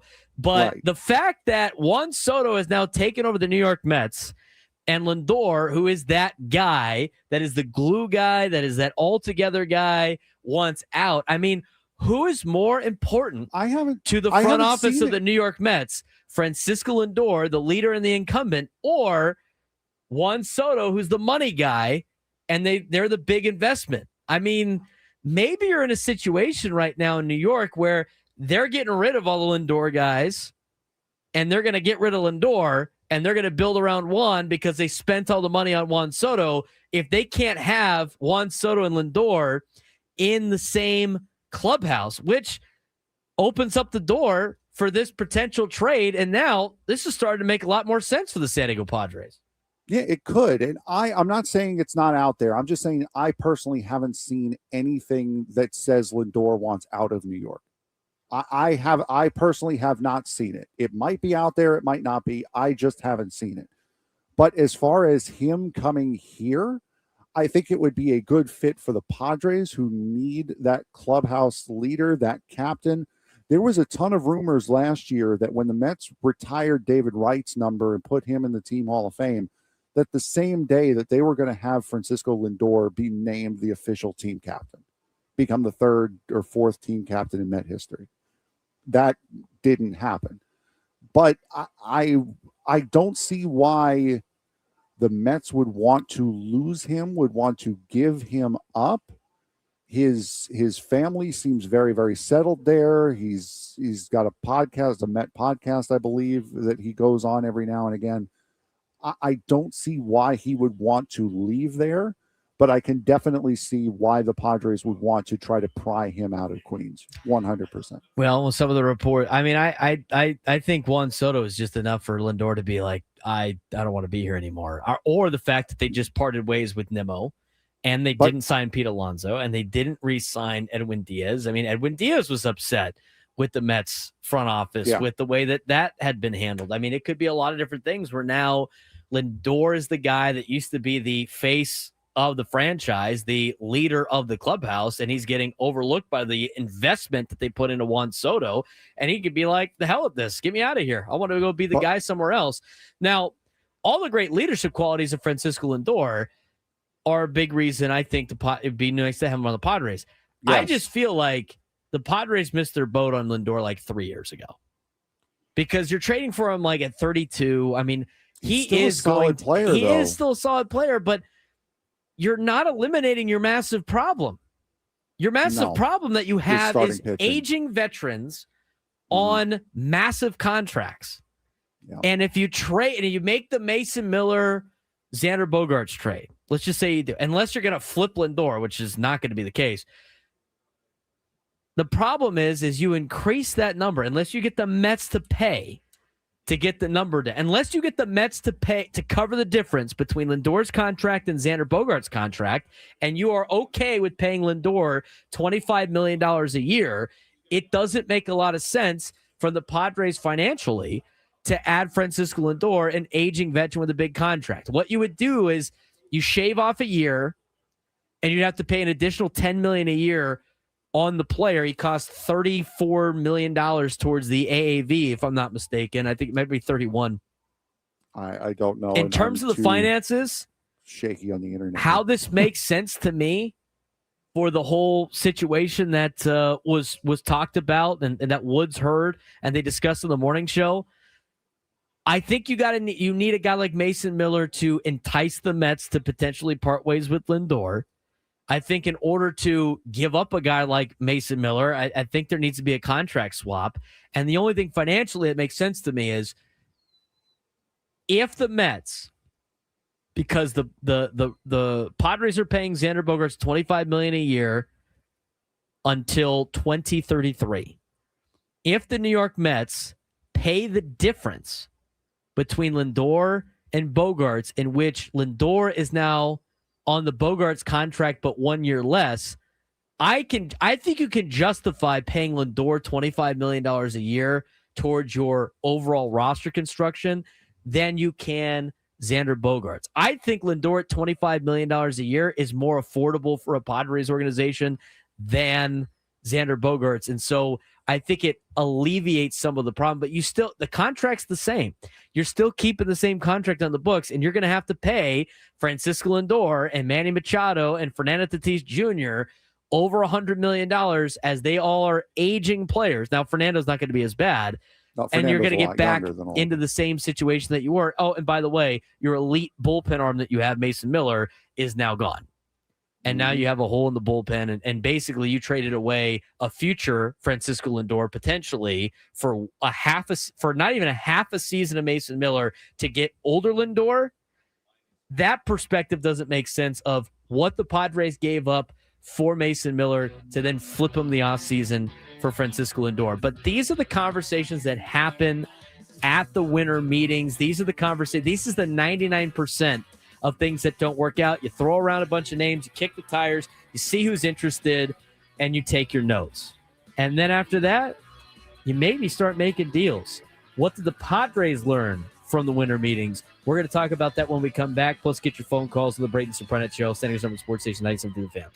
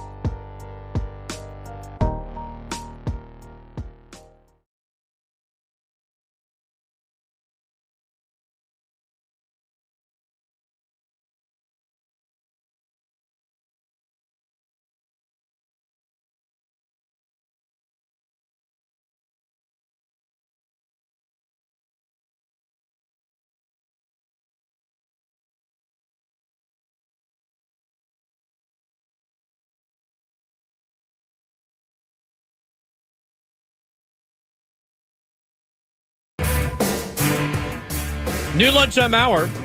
Here at 97 to the Fan. They're doing the St. Jude Telethon over on Quezon today. That's where you guys were. So there's a lot of food. I'm on my 18th cup of coffee.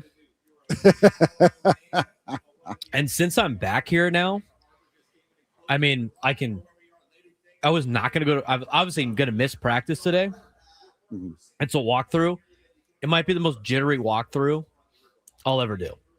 I mean, I might be bouncing in my car on the drive to Del Mar today. But that's the problem with eating an Egg McMuffin. I didn't heat it up. I had it cold. It was okay. It wasn't the worst. And we got the best kind of heating devices in the kitchen.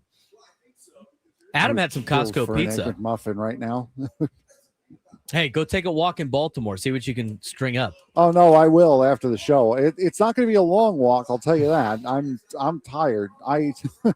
It's funny how we always say, "Oh, the show goes by so quick. The show goes by so fast." I just looked at the clock. Guy asked me, "What time are you guys off?" I go, "I don't doing know. the math in my East head. Coast? 5 o'clock. I see it's 3. I'm like, oh, God. 2 hours. 2 more hours to go. I see Adam eat. I don't want to throw him under the bus because I know he doesn't like jumping on. Bedtime. I see Adam eat pizza so much. Now, is your pizza diet because of kids? Is it because you have kids and therefore you have pizza all the time? Or are you just a big pizza connoisseur? I think you're overstating the frequency with which I eat pizza. Maybe that's just the times you're in the office when we see you eating lunch. It seems like a lot of pizza. The Costco pizza is one of the greatest things ever. $10. $10. Oh, stop it. It's gigantic. Feeds my whole family with Fantastic. leftovers. With leftovers? Yeah. You, your wife, and all your kids eat on one pizza? Or did you get a couple of them? No, one pizza. And to be honest, I mean, throw it in the freezer. I mean, that's not even recently. It's from probably last week. Throw it in the freezer. I forgot, normally I make my lunch the night before. My daughter had a concert last night for her orchestra. And so we were out late. Got up this morning, forgot to kind of put something together for lunch. So it was open up the freezer, grab something, bring it to lunch today. Out late. Yeah. And by late, I mean 8 o'clock. Yeah. For my young kids, that's late to be out of the house. I don't even talk about it that much. We're going to get to there's some news today with the Padres that we want to get to. A now former Padre had just signed on with Adam Klug's Atlanta Braves. We're going to talk about Adam Klug's San Diego Padres lost somebody. That's right. Well, you also gained a half. You gained a half. I think we've converted him to a full-time Padres fan. So, but anyway, the travel I've had in the last week has been crazy. I didn't even talk about how we got stuck trying to get up to Long Beach last Friday. With the 5 being shut down. Oh, yes. Everybody's like, did you make it? Did you make it? I barely made it. The buses barely made it up to Long Beach City College because of everything that went down with the with Interstate 5. The travel has been not great over the last 2 weeks. I'm hoping for better travel up to Saddleback tomorrow. So now former Padre Robert Suarez, he signs a deal with the Atlanta Braves. We talked about this a little bit earlier, but in my opinion, this is not somebody that you need to be upset about leaving. No. He's not bad. He's not bad. I mean, you would love to have him in the bullpen, but for $15 million a year, you need to use that money and spend that money on starting pitching. That's your biggest problem right now, not the bullpen. He is a luxury you now cannot afford.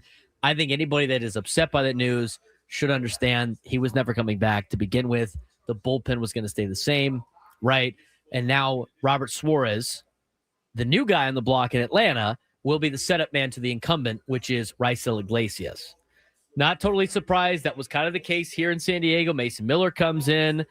He's not the incumbent. Robert Suarez stays as a closer. Mason Miller's a setup man. Now, all of a sudden, you can see Mason Miller potentially as a closer. And we'll see what happens. Because of they're listening to calls on Mason Miller. And there's a lot of different things that we want to get to when it comes to the Padres. We've kind of recapped the winter meetings in general. We want to recap what the winter meetings have been with the San Diego Padres. I do want to get to your phone calls, though. 833-288-1973, 0973. Let's get out to Kevin in Chula Vista. Kevin, you're on the Braden Surprenant Show. What's going on? Well, terrific discussion once again, boys. Braden, I think you hit the nail right on the head when you said Francisco Lindor is about 3 years too late. I don't understand where the wisdom is in crippling your bullpen, taking out who is arguably the best closer in baseball by far, that you're not going to be able to come close to replacing even with the guys you got. And then you pick up a guy that's 32 that he's not going to be the leader. Manny Machado is the unquestioned clubhouse guy. This is his team. So let me summarize where we're at. Several years ago, we were all giddy about the contracts and the players that they picked up because we thought they were going to the World Series. Well, that hasn't happened. So now you're stuck with the future be damned, the future is here. And so you've got this helter-skelter merry-go-round that they're on that really they can't get off of, and it's gone so far as to jeopardize the ownership of this team. I don't know what the answers are at this point, because every time you think about making a move, one move then opens up another hole elsewhere. So until this team grasps a long-term plan, other than this continual poker chip playing that they do, this is going to be a mess. And we're not going to know, as I keep saying, what this team really is going to have until day one. And even after then, we may not know. So I don't know what else to say. It's very frustrating to be a Padres fan. I've watched it since 1969. Every ownership has gone down in flames, this one too. So what do we got at this point? Well, at this point, I mean, and Kevin, I appreciate the phone call. I think, and again, this is the process we got to you can't evaluate everything until all the moves have been made. We talk about that every offseason, and I think they're working on a lot of different things. I think AJ Preller went out there and took a lot of notes at the winter meetings of what he might be able to play, what he might be able to pull off, what he might be able to get in terms of a trade. And I'm telling you, I just, based on what AJ Caswell said on MLB Network the other day, I kind of believe the fact that this is going to be an AJ Preller type offseason. I mean, we could get a big move tomorrow. You have no idea. It might take a little bit of time, but I think the trades are going to be the answer for the Padres this offseason, and you might have a really different looking roster. And again, as you trade some of these guys away and you trade some of the major leaguers away, it sounds like they're going to keep their core. I think they're going to get some prospects back. I think they're going to flip those guys for other major league players. That's the only kind of plan of attack I think that is going to happen for the Padres when it comes to the trades. I just that to me is the Padres' chance at improving all their spots. And yeah, they're going to have to give something up. And that's the thing. Like, people are like, why would you give up for your starting pitching? Unfortunately, right now, you don't have a lot of options. You don't have a lot of options in terms of how to improve the roster unless you do a couple other things. So they're going to have to think a little bit outside the box. Angelo in San Diego, you're on the Braden Surprenant Show. What's going on, Angelo? Hello, Braden. Thanks for your call. I'd like to talk about my previous call back Tuesday on 1051 when I mentioned that we should fire Preller. I'm of that opinion back now, and I was back then. I just want to make sure I point out that I felt that the way you handled that call was pretty unprofessional.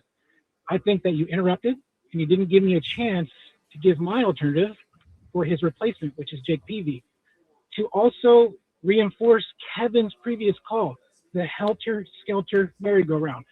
That's the best way to characterize it. We need to stop trying to play cleanup for AJ Preller's horrible management. I also want to point out, as a longtime listener of your program, you like to make statements regarding how it appears that you may be favorable towards the ownership. When you cut callers off, you don't allow them to finish their opinions, and you try to trap them with gotcha questions and sarcastic remarks like you did last Tuesday, that gives callers the impression that you're favorable towards ownership. Okay, but the stats are clear. How many times has AJ Preller struck out on free agents? We tried to get Nick Castellanos in the offseason. He didn't want to come here. Trey Turner. who was in our farm system, who we traded away, right? We're over here bargain bin dumpster diving for old players. The buck stops at AJ Preller.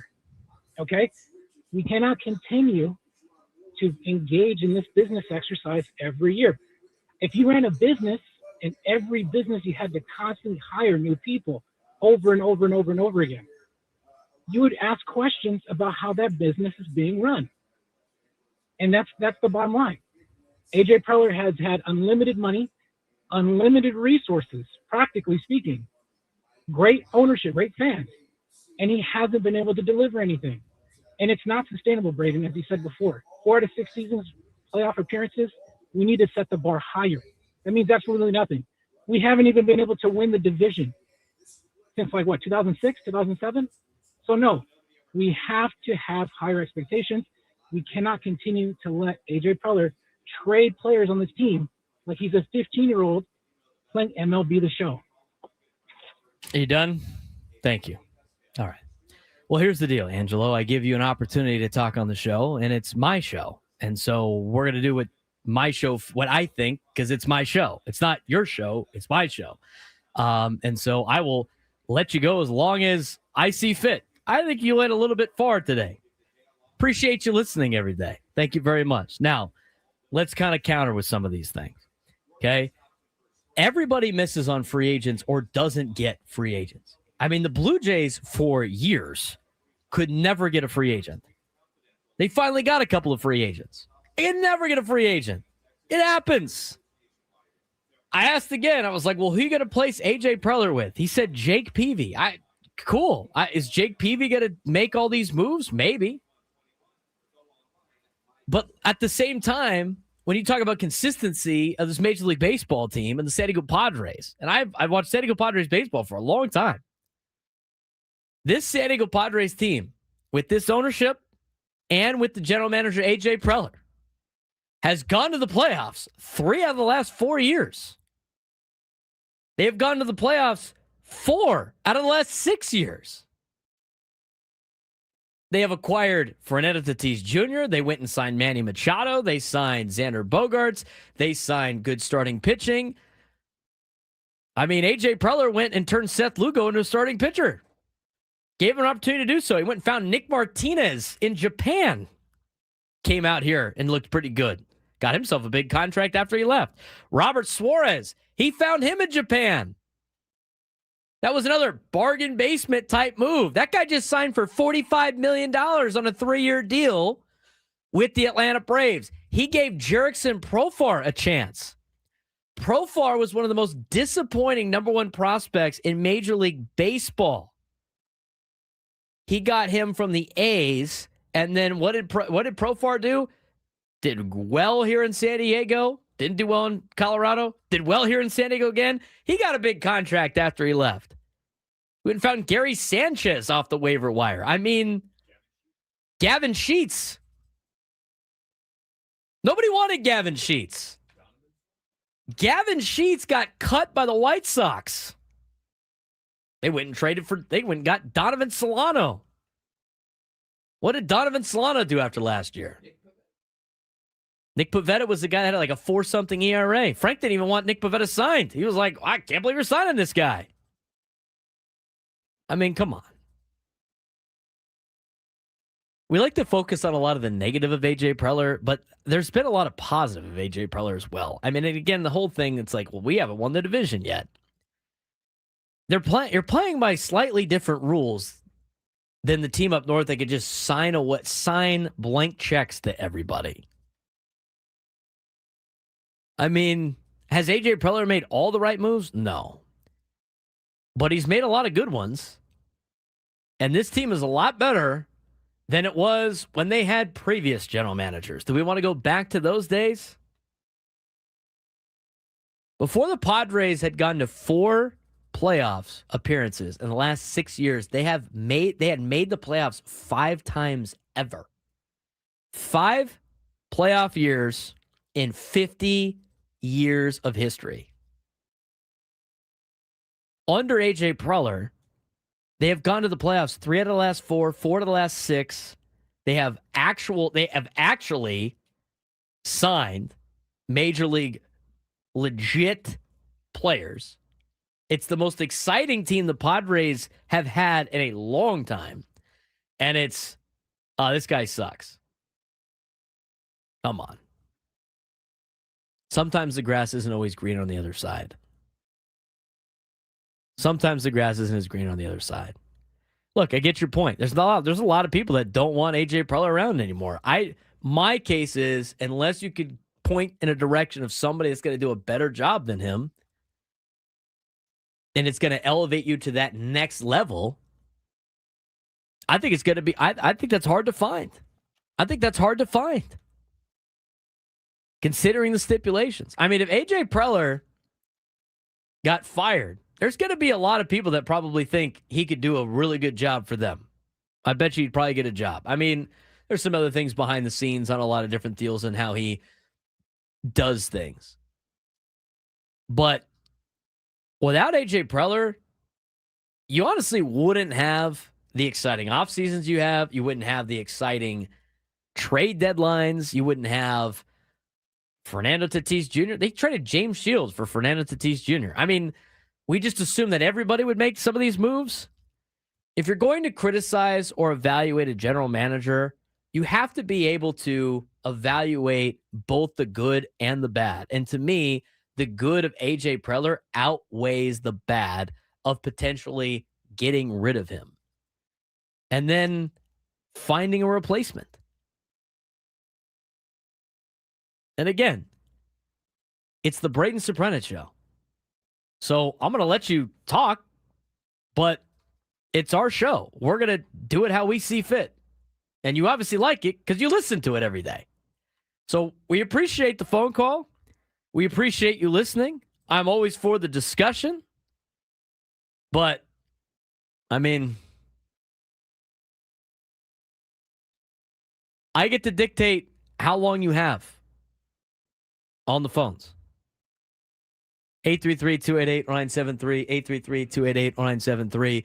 When we come back, how did the Padres do at the winter meetings? What did we learn about the Padres at the winter meetings? We're going to discuss when we come back on the Braden Surprenant show, San Diego Summer Sports Station 97 through the Fan.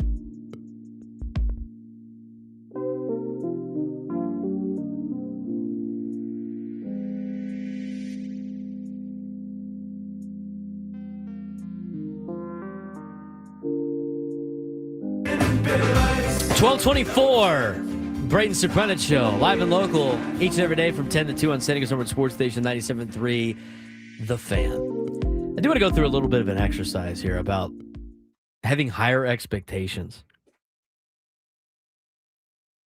Let's go over, like, the best teams in baseball. When you think about the best teams in baseball, Frank, who are the best? Who are the most, like, traditional best teams in baseball? Oh, the traditional Chicago, Pittsburgh, that whole group. The Dodgers, the Yankees, Yes, the Red Dodgers, Sox, Yankees, Red Sox, Cubs. That's usually Phillies, who I'm thinking of. New York Mets have been good. I mean, they're a team that you're competing with, the Atlanta Braves. Aside from the Dodgers and the Yankees, the Padres have made the playoffs the same amount or more times in the last 6 years as any of those teams in Major League Baseball, making it 4 out of the last 6 years. In fact, aside from 2022, the Padres have had a winning record. Or sorry, from 2021. The Padres have had a winning record every year since 2020. 4 of the last 5 years. Or whatever it is. 5 of the last 6 years. They've had a winning record. Define, like, having more success. I mean, we could go through the list of how many times teams have made the playoffs around Major League Baseball. They're making it basically every single year. And when you get to the playoffs, this is a crapshoot in Major League Baseball. How many times we got to bring up the Eno Saris thing that when he said on Bennett Woods about how many games you would have to play or how many, like, game series you would have to play to determine the real better team in baseball? It's like, what is it? Like, you had a bit like a best of 196 or something crazy like that.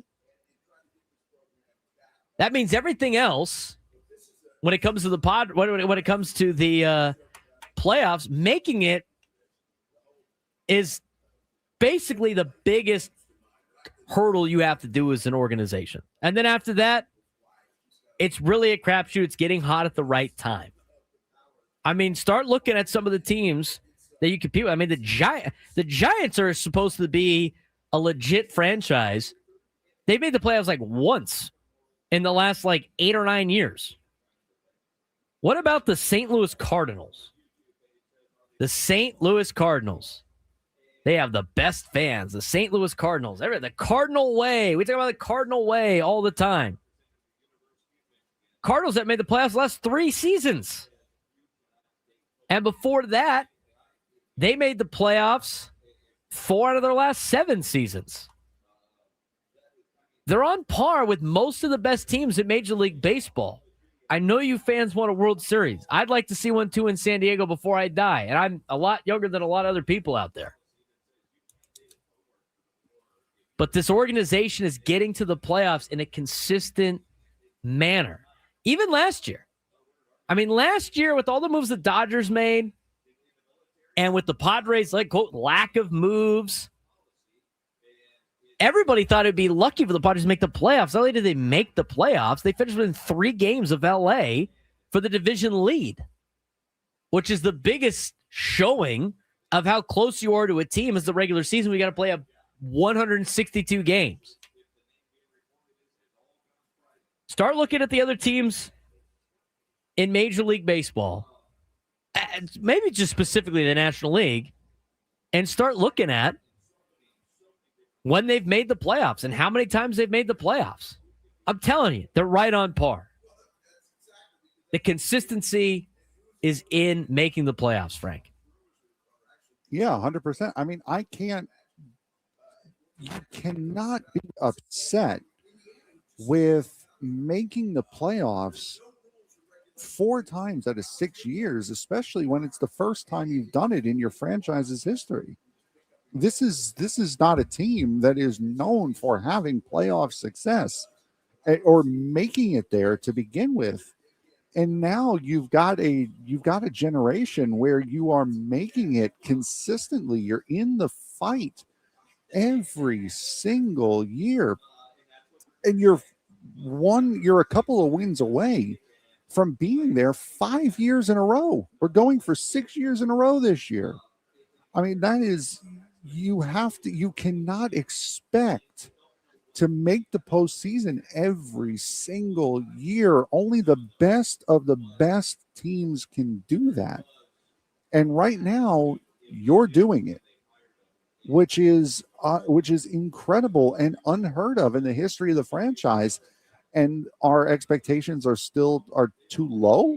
Still, come on. Everybody wants a championship. The thing is with Major League Baseball and the sport of baseball in general is getting the playoffs are kind of a crapshoot. I mean, somebody in the chat goes like, "What? Why aren't the best players doing exceptionally well in the postseason?" Well, I don't know. You're playing against really good teams, and not a lot of players do exceptionally well in the postseason. I mean, think about I hate comparing to the Dodgers, but like the Dodgers' best players usually do not have massive postseasons. No, Mookie Betts has not been very good in the postseason. Betts' World Series was horrific. He hadn't been very good. I mean, you start looking at Shohei Ohtani was not good in the playoff series against the Padres a couple of years ago. Mm-hmm. Not all of the best players are going to do it. It's such a small sample size. You go from evaluating players on 300 at-bats to then looking at a finite amount of time where it's like, oh, well, it's heightened and see how he does in the clutch. I mean, how many at-bats are you getting in the postseason? Not a lot. You're not getting a lot of opportunities. And guess what you're seeing? A new pitcher almost every single time you come to the dish because it's all hands on deck, right? Yeah, and so, if you're in a slump or if you're in a downturn, forget it.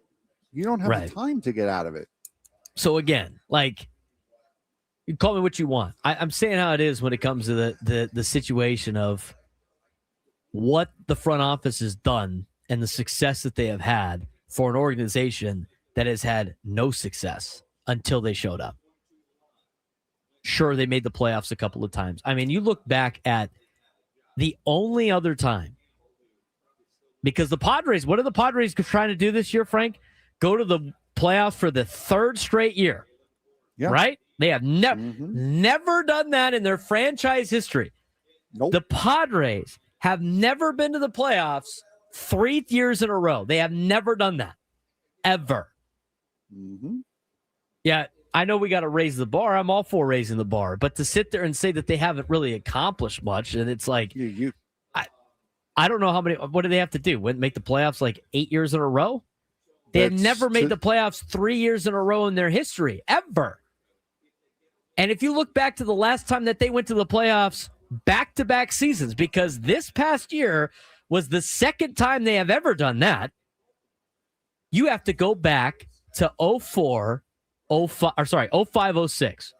We talked about this earlier this week. I don't remember what day it is. What was the Padres' record in 2005 when they won the division? You said it was 80 and 82. 82 and 80. Oh, 82 and 80. 82 and 80. They won the division at 82 and 80. Were they the best high-level team? Or is it the fact that the Dodgers were in a massive problem with their ownership? Giants were bad. The Rockies weren't good. The Diamondbacks were bad. You just happen to be the best of probably the least when you finished first and then got smoked by the Cardinals in the divisional series. And then you made it again. At least you won 88 games the second time. But this is an organization that had only been to the playoffs 5 times their first 50 years of history, and they have now made it 4 to the last 6. So, yes, you always want to elevate and set the bar higher. But at the same time, you have to understand the realities of the situation of what this team has turned into compared to where they were at. And I saw it in the chat, and I totally agree. There's a lot of people that either don't remember the dark days or think that the Padres were a lot better than they really were, because 5 playoff appearances in 50 years is not getting it done. Now, what did the Padres accomplish at the winter meetings? I've teased it long enough. When we come back, we're going to talk about what Preller was doing at the winter meetings and what they got out of it. When we come back on the Braden Surprenant Show, San Diego's #1 sports station, 97.3 The Fan. Ben and Wood.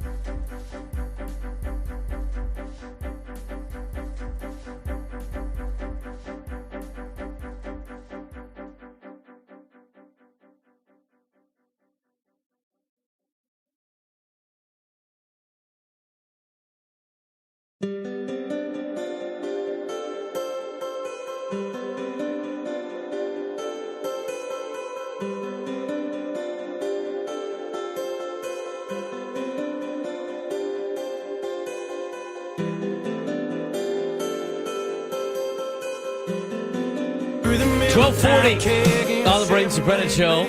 Live locally each every day from 10 to 2 on San Diego's number one sports station, 97.3 The Fan.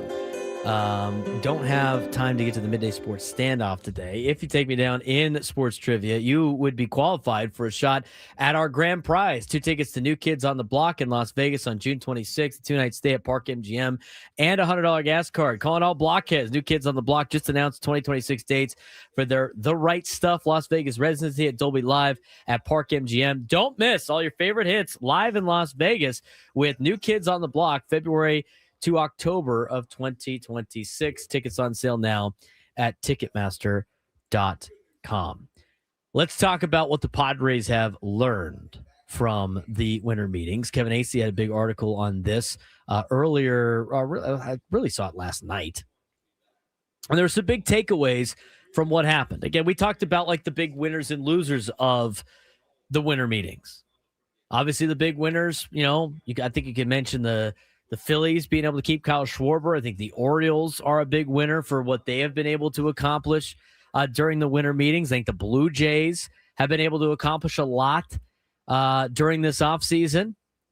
I think you can rope the Dodgers in there for getting arguably the best closer on the market. And you know about the losers too. And the big loser obviously is the New York Mets for like how Stearns is basically operating the organization that has the biggest checkbook like he is running the Tampa Bay Rays. And so you saw the losers in that side. Now, somewhere in between are the San Diego Padres. Because they didn't really they signed a couple of minor league pitchers on major league deals to be in the bullpen to help out the pitching staff. They did something. It's not like you have to do anything at the winter meetings. The winter meetings are just a time where everybody in baseball is meeting together. Therefore, it's a lot easier to get deals done because you are conversing in person and everything like that. It doesn't mean that it was unproductive. Kevin Acee lays this out in a couple of different ways. He mentioned, it was funny, like he mentioned how AJ Preller had, speaking about travel to the East Coast, AJ Preller had 2 flights booked this week, one for Wednesday and one for today. His departure was going to depend on how talks were progressing. If something was working out, he was going to stay in Orlando an extra day. But despite rising buzz around the Padres, no deal appeared imminent. So he flew back early. But these meetings were very much informative for the Padres. Preller said the Padres used the meetings to gather information on markets, prices, and which players would become available. With free agents starting to sign elsewhere, clarity is forming around the Padres' options. Preller emphasized everything is fluid, changing hour to hour. I think you can have a successful winter meetings and be a winner out of it based on the notes you take, the information you get that leads to other deals. If the Padres make a couple of deals over the next couple of weeks, and it dates back to the winter meetings, I would consider, Frank, the Padres to be winners at the winter meetings. Sometimes it's just gaining information than making a big splash or making a blockbuster deal. Oh yeah, and that's you get these general managers together for one, I mean, it's a media opportunity, but two, you get them together to talk about stuff like this and see if they can move things along. I know you have the GM meetings earlier on in the off season, but these winter meetings really help get a lot of this stuff going and get a lot of these conversations off the ground. And whether or not anything comes of it is up to obviously the two teams. But I would say if you got the groundwork for something that you can get later on down the line during the off season, I think that it would be a successful winter meetings. I think so too. I think that's exactly right. I mean, the Padres are positioning themselves in what they could potentially get here. What's it going to take to get a player like this over here? Can we flip a guy to a contender? From our major league capital to get some prospect capital. Does this team over here that has this prized possession that we want like these prospects more than our prospects? I mean, these are all tons of notes. This is why there are reports about like the Padres going for something big. They're getting all their notes together and putting all of their pieces together to fill out this roster. And here's the thing, like that first move is going to happen, because the Padres have to make some moves to fill out this roster. That first move's going to happen. People are going to be like, and you know what? It might not be in the order you would think it would be in. And the reaction's going to be like, really? When we have XYZ, we're spending it on this? It's the same situation as the trade deadline, right? Where everybody was surprised by the Mason Miller trade because this is an asset we don't need. And then it started to come to fruition as the day went on because of all the notes that they had been taking throughout the season, all the phone calls that they had been making. And I think it takes some time on that to get that huge deal. I mean, let me ask you this, Frank. How many times did we see and hear leading up to the trade deadline, months before the trade deadline, we know the problems the Padres have. Why haven't they made a move? They wait, and A.J. Preller waits for the most opportune time. Yeah, absolutely. And every single build or rebuild goes through an ugly or a gawky sort of phase where you can't really see the clear image of what is going to be done and what the final product is supposed to be. So this is part of that. You're going through that ugly phase, and sometimes the transactions, if multiple are planned and multiple are being made, they don't always come in the order that you're expecting or that you're anticipating them being, to where the picture is clear. So you have to be patient with this sort of stuff, especially in an off season with a general manager like AJ Preller and how crazy he could be. You might not see the full picture right up until the very end, after many moves or just one extra move is made. I'm going to go back to again, we've been playing the process of elimination game in determining what the Padres have to sell, right? What pieces they have to sell. In order to get the big deal, two reliable sources have said, this is from Kevin Acey's reporting, that the Padres are working on multiple deals that would, quote, be huge. There's been zero actionable intel leaked about specifics, buzz, not substance. But the league does not believe the Padres will avoid trading a reliever. Most think someone from the bullpen is being shopped. I think that was confirmed with the fact that they signed two bullpen arms, even though they are not massive names, not massive deals, kind of let's see what they have. And they were on major league deals. I think that really lays into the fact that they are going to potentially be trading away a bullpen arm, or maybe two. I believe what the league is saying, more so than obviously they don't want to trade from a strength to make it weak, but they just added to the strength with two bullpen signings that they had. I think there's ways to ship off other bullpen arms that are going to help fill a lot of the other holes, because they need controllable starting pitching. And to me, based on the fact that they're not going to trade Fernando, based on the fact that they're not going to, trade Manny or maybe not Xander, doesn't sound like they're going to trade Jackson Merrill. They need a trade from somewhere. Why make the starting rotation weaker and look for another hole by trading Pivetta? Trading a reliever likely becomes the path to fill a lot of these holes. Yeah, and trading a reliever, trading out of a surplus that you have, and we've spoken about it so much over the course of this offseason. You have Mason Miller, you have Jason Adams going to be coming back at some point, Adrian Morejon, Jeremiah Estrada, David Morgan. We've talked about Bradley Rodriguez as well. So it makes sense to trade from a surplus of arms that somehow, some way, you may know who some of these players are, you may not. That Padre bullpen is consistently one of the best bullpens in Major League Baseball. It doesn't matter whether the team's been good or bad. It's always been one of the top bullpens in baseball. So trading out of there to get your starter, to get your first baseman, or to get another need that you feel as though you may have, that seems like it's going to be the only option that the Padres have, or the best option that the Padres have, I should say. Here's the other thing too. It's the payroll, and the pressure of the payroll really pigeonholes what AJ Preller is going to be able to do. And this is also put in the Kevin Acey article that we were discussing. Despite Chairman John Seidler saying 2026 payroll will be similar to last year, the Padres, with what they have, are not going to be able to add two starting pitchers, a first base / DH bat, without moving money elsewhere. They have to try to shed some payroll. Padres are not in a position to just add. Salary dumps or balancing deals may be required. I don't see it too much as a salary dump, but more of a salary relocation, if you will, like reallocating your assets into a different area by trading away something that you might have a plethora of.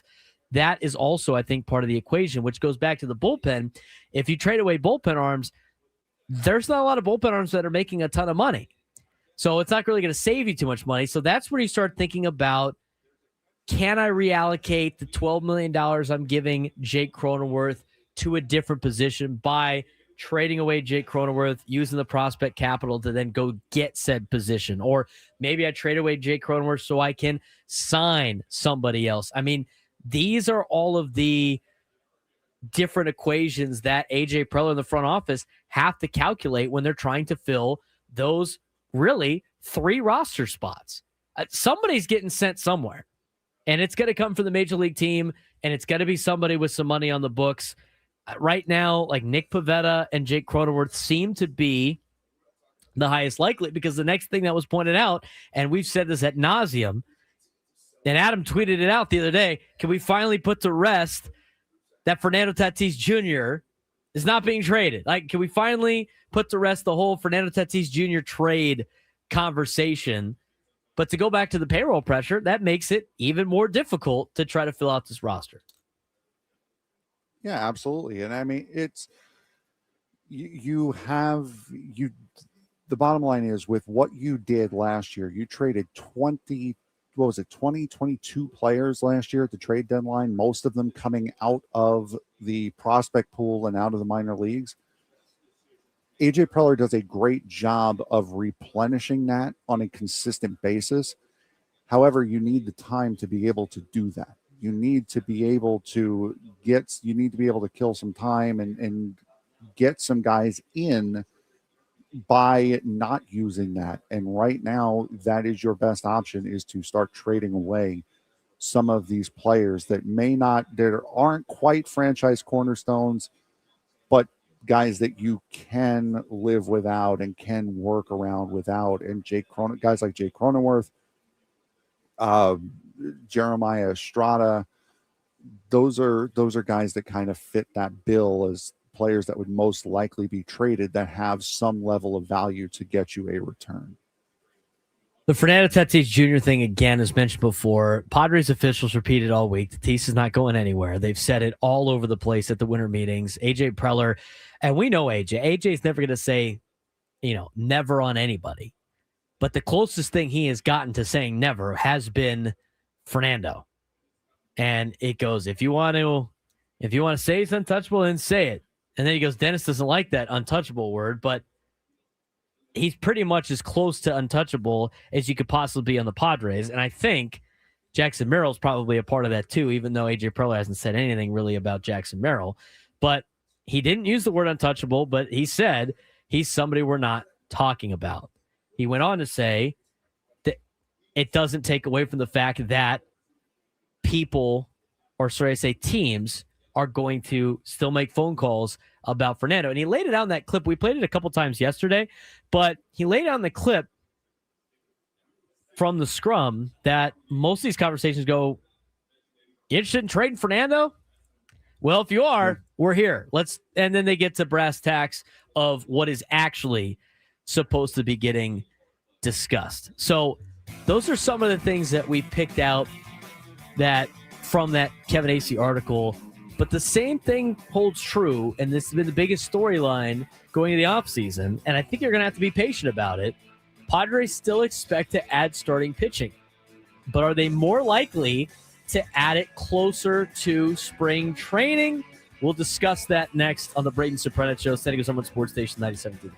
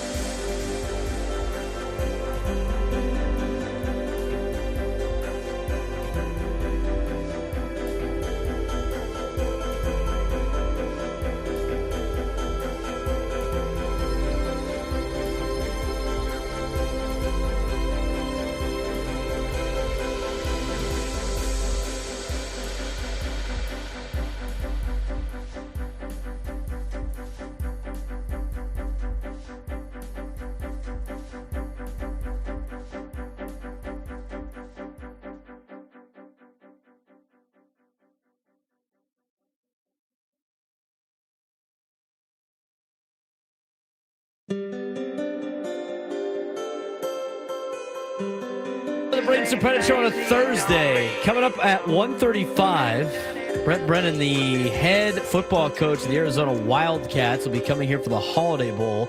Will join the show. Get a little preview of the Holiday Bowl as they take on SMU. Should be a good matchup between Arizona and SMU in the Holiday Bowl. That will be on January 2nd. It's the latest ever had the Holiday Bowl. It'll be on a Friday. It'll be at 5 o'clock. It'll be on Fox with the main Fox broadcast. Should be fun to get some college football here in town. Back in action. San Diego State will be playing in the New Mexico Bowl against a really good North Texas team. Shout out to Demetrius Sumler, who's been named the defensive coordinator in the interim because of the fact that the defensive coordinator for San Diego State has moved on now to Nebraska and some other things. But Demetrius Sumler, a Uni alum, able to get an opportunity to be the DC. They said apparently it's basically his interview. Not a bad interview to have. Trying to shut down one of the better offenses in college football, although Tulane did that to clinch a spot into the college football playoff.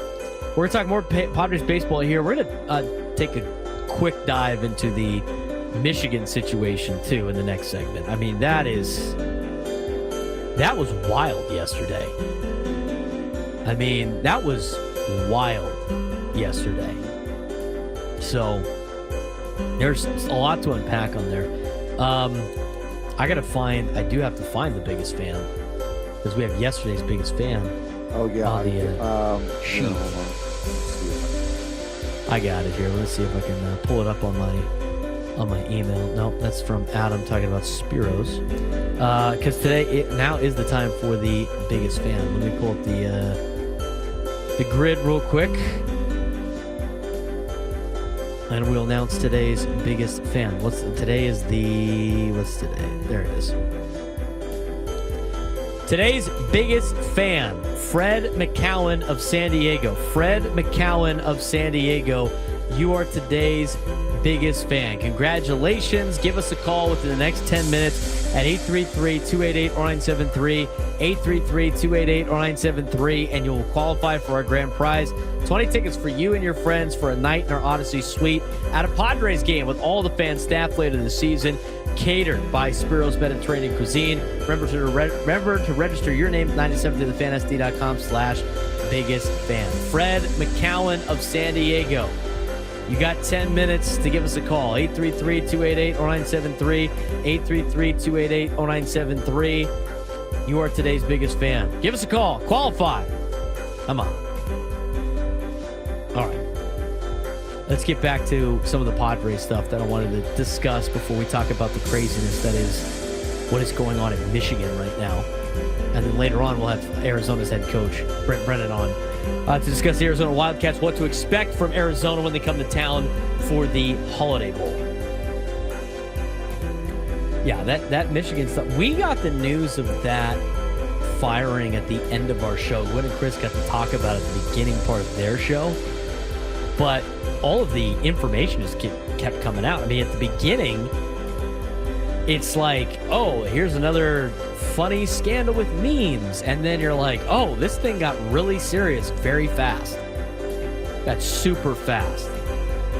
And then it started to get like it's just sad. I mean, that is just a wild story.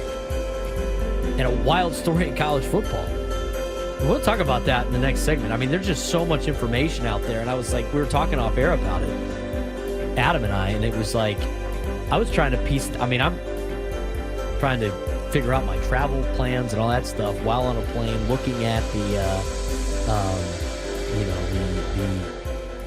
news of everything that's going on with Sheronne Moore. It just kept getting more and more intense. And here's the other thing too, with this day and age of like social media, I mean, you're constantly trying to see if any of these guys are like legit journalists because there's so much other information out there that is just what did he do this? Did he actually do this? Crazy. We're going to talk about that in just a little bit. All right, last couple things with the Padres here. According to Kevin Acey's article, they talked about the starting pitching situation. I think everybody knows that the Padres' biggest need right now is starting pitching. It is starting pitching. There's no disagreement on that. I think, and we like to disagree. We as fans all disagree all the time about everything. In fact, just in general, this is why it's hard to get votes passed for certain things. You couldn't even get everybody in this county to agree that the sun rises in the east and sets in the west. But a thing that I think a lot of Padres fans agree on, in fact, probably almost everybody agrees on, is the Padres need starting pitching. They need it in a bad way. Nick Pivetta is only under contract for maybe one more year, depending on if he takes the opt-out or not. If he doesn't take the opt-out, that means he probably didn't have a very good year. So you really don't want him back anyway. If he has a good year, he's gone because he'll be outplaying what he's expected to get. Look at the other starting pitchers. Yu Darvish is out for the year anyway. There's no real guarantee that he's going to come back and be effective at his age, coming off of a UCL injury. You have Joe Musgrove coming back from Tommy John surgery. He is going to be ready to throw. He was ready to gear up for near the end of the playoffs. If the Padres made it that far, he was willing to give his all for the team. But even then, you don't know what Joe Musgrove's going to be like when the adrenaline starts to run. He gets back into Major League Baseball and in a regular season Major League Baseball game. You're not going to know about it. You're not going to know until it happens. Got guys like Randy Vasquez. How does he do in another year of development at the Major League level? What do you do with Matt Waldron? Is Johnny Brito going to factor in? He's coming off of an arm injury from a year ago. I mean, these are all major question marks. You don't have enough to fill it out. I mean, Kyle Hart, is he going to be a starter? Are you going to use him in the bullpen? He looked pretty good out of the bullpen. He showed bright spots in the starting rotation. I can't imagine him being penciled in to the starting rotation for the beginning of the season. You also have J.P. Sears. I mean, that was an experiment that nobody really wanted to continue to conduct at the end of the year. I think it might be interesting during the spring training season. Maybe they have something to work with there. But at the end of the day, starting pitching is the most important thing the Padres need to address during the offseason. We all know it. And as I was talking about in the last segment about the situation at hand with how the regular season progressed, I don't know how many round tables we were on where everybody knew what the problems were with the Padres. They got to get something out of the catching position. They got to get something out of the bottom half of the order. Everybody knows what the problems are. Why don't they make a trade? It takes a little bit of time. And the thing is eventually they do get their guy. Well, let's talk about starting pitching from the standpoint of acquiring starting pitching. As noted by Kevin Acey in his article, A.J. Preller in one of these scrums pointed out to years past of pitchers and guys that have pitched in the Padres organization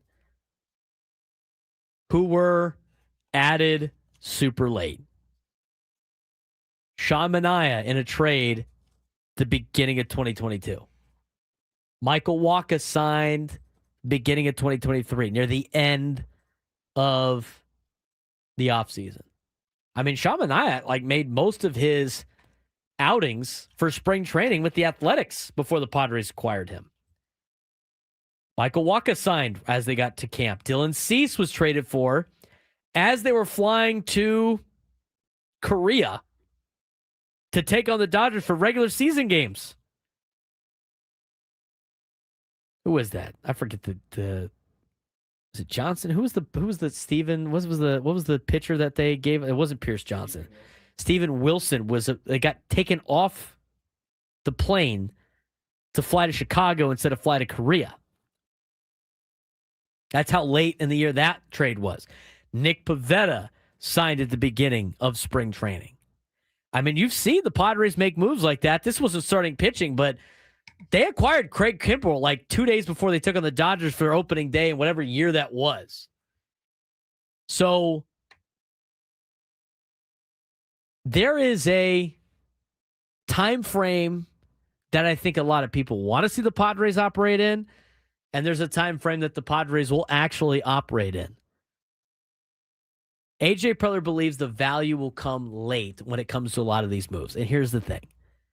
You're trying to find value right now if you're the San Diego Padres because you don't have that much to work with when it comes to adding to the payroll, when it comes to budget, when it comes to other avenues to acquire talent via trade. And the closer you get to the season, the more value you can find on the market as free agents for players that haven't signed yet, or on the market for potential trades that other teams want to make different deals for. So the starting pitching market is going to be, to me, I think the part that takes the longest to happen. The internal philosophy for the Padres after the winter meetings, for the winter meetings, what their philosophy was during the winter meetings, get a feel for the market, what we can do payroll-wise. They assign value to players, and if the market lines up, they jump on it. If not, they wait sometimes deep into spring. And you know what the Padres have done very well? Getting players or trades at their price point. These are the players that you hit on before, right? The Donovan Solanos of the world. The Michael Wakas. The, kind of Seth Lugos. The David Peraltas. Right? I mean, these are the players. The Nick Pavettas. These are the players that you get at a bargain, or it seems like a bargain, and you get a lot of value out of them, and then they hit. I mean, like a Gavin Sheets. It's a major value there. They're going to get these guys at the price points that they want. Maybe a lot of us fans are tired of the process of how they get some of these players, and everybody wants things now, but it's going to take some time during the offseason. And I think they laid the groundwork during the winter meetings.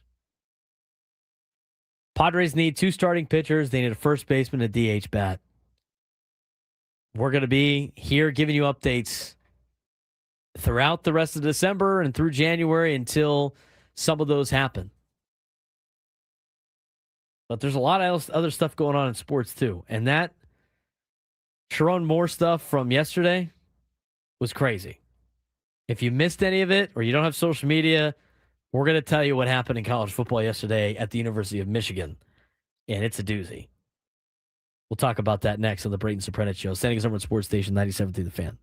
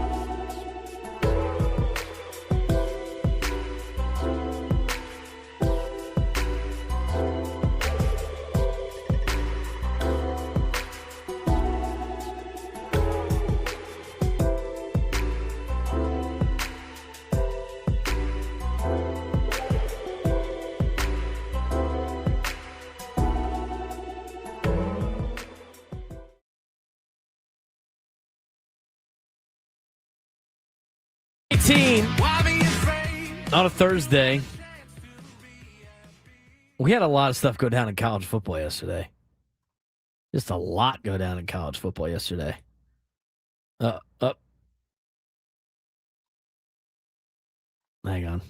The YouTube is a little jacked. And it leads to this, the coaching carousel and everything like that. But if you are just tuning in and you missed it or you don't have social media, here's what happened yesterday in college football with Michigan. And the thing was, it was like the rumors were going around back to October of Sheronne Moore and this affair that he had with one of the staffers. So what happened yesterday, Michigan fired head football coach Sheronne Moore, citing, quote, inappropriate relationship with a staff member. Later that same day, Moore was detained by Saline police, transferred to Pittsfield Township authorities, and ultimately booked into county jail. Me pronouncing city names and county names in Michigan is not going to go over well. It moved extremely fast. It was a firing, and then it was arrest within hours. And new evidence was coming up, very significant and urgent. Pittsfield Township Police responded at 4:10, whatever time zone Michigan's in, to the 3000th block of Ann Arbor Saline Road for an alleged assault. A suspect was taken into custody and lodged in jail pending charges. Police said the incident, quote, was not random and there was no ongoing threat to the community. Police statements naming no suspect, but Saline police openly stated they detained Sheronne Moore and handed him over, indicating very serious allegations beyond the university HR violation that got Moore fired yesterday. Michigan said, quote, credible evidence showed Moore had an inappropriate relationship with a staff member. The school had previously investigated the claim in the fall, but did not have proof at the time, is what the report says. Michigan's in the Eastern time zone. Thanks, Jake. New information surfaced Wednesday that the school described as, quote, overwhelming. Moore's firing is immediate with cause, meaning no buyout money. And the timing of this is suggesting, obviously, new evidence came down or they got told some new information that they didn't apparently investigate the first time. Moore is 39 years old. He's been the Michigan head coach for 2 seasons. He was the former Michigan offensive coordinator, rose quickly after Jim Harbaugh's departure, now faces potential criminal charges and career-ending personal scandal. And this is everything that we know. He was fired immediately for inappropriate relationship with the staffer. He was arrested hours later for suspected assault. Police describe it as not random, implies a personal connection. Charges pending prosecutor review. University says new evidence was, quote, overwhelming. They do not know yet, at least in that report. There's been other reports. At the time when this was written, they didn't know about the nature of the alleged assault, whether the victim is the same staff member referenced by the university, whether additional charges are coming. That was from the last report from ESPN. I think that has been confirmed since then. But from an interesting note from CBS Sports today, quote, this was the worst kept secret, one industry source told CBS Sports, echoing the sentiment of several others who said rumors of Moore's misconduct with a staff member had been rampant well before the termination became official. Quote, we've heard about it a while ago, one agent said, just didn't think it was actually going to happen since we're all the way through the cycle now. A high-level Michigan booster told CBS Sports that Moore's conduct had been widely known inside the building. Quote, everybody in the program has known this the last 2 seasons, the booster said, adding that Schembechler Hall was swarming with lawyers earlier this month. There's going to be a lot more information on this. I mean, this has a dateline and a true crime written all over it with what happened after this entire investigation. There was an OnlyFans model that tweeted out that she was not surprised about this information because of how many times that he had been in her DMs. And as everything unfolded on social media, it just got worse and worse. But it's one thing to face the scandal and maybe be able to overcome it later on down the road. But then he went full crash out yesterday, and this thing got serious very quickly. And what a fall from grace it has been for Coach Moore at Michigan. Now, there's a lot of details that need to be hashed out. There's going to be more information coming out on this. But this was a wild story from yesterday of the actions that he had and the actions that he committed that led him to where he is at right now, Frank. Yeah, I mean it's absolutely insane. And one of the reports that I read was that there was a closed door meeting about him getting fired that Moore caught wind of, and that's when what happened after that happened. So it wasn't like he found out and then what happened after happened. He learned about something that he shouldn't have, and everything that followed. But it's just an amazing situation. Like we discussed it yesterday, is that you can, and it's been proven before, you can overcome a scandal to get back into coaching. You can't overcome what the reports of the aftermath are. That is his coaching career over. And that is the bare minimum of his worries if what was rumored to have happened is true. Here's a report to kind of add on to that, Frank, and a different avenue. This came down an hour ago from Nicole Arbach. Michigan had been alerted prior to Wednesday that Sheronne Moore was dealing with mental health issues, yet Ward Manuel fired him alone with no HR rep and no security present, sources told NBC Sports. I mean, you are now at a position now with all the scandals that have happened in Michigan. How long is that athletic director going to be employed at this point in time? I mean, this needs to be a complete clearing of house in the Michigan athletic department, everything that's gone on over the last 3, 4, 5 years. And that's just to save a modicum of face for this school. I mean, it's Michigan, so they'll find people and they'll find a way to climb the mountain again. But how this is not a penalty to the school, whether it's levied by the NCAA or not, akin to what USC saw. I mean, USC still has not recovered from their issues 20 years ago. So I don't see how Michigan can get away with something lighter than that. There's going to be more information on this. There's going to be more information coming out. There's going to be a lot more to discuss when it comes to this entire thing. I mean, there's different avenues to look at this. There's different angles to look at this. You know, we are the show that probably talks the most about college football. And you know, we had a lot of Padre stuff to get to, but today was yesterday was just crazy seeing it unfold in real time. I mean, I was getting memes sent to me all day. I was getting reports sent to me all day. I was getting so many things sent to me all day long about this particular subject from people here at work, from people from outside of work, from people. I mean, I work in a lot of different areas. I mean, it's crazy what had happened down the stretch after the entire thing about the firing of Sheronne Moore. And there's got to be more to this. But we got to get to break. We're going to be talking with the head football coach of Arizona, Brennan, who comes on to talk about the Arizona Wildcats coming to town to take on SMU in the Holiday Bowl. A little bit of a better college football story than what we just talked about. We'll get to Brennan when we come back on the Braden Surprenant Show, Standings Urban Sports Station 97.3 The Fan.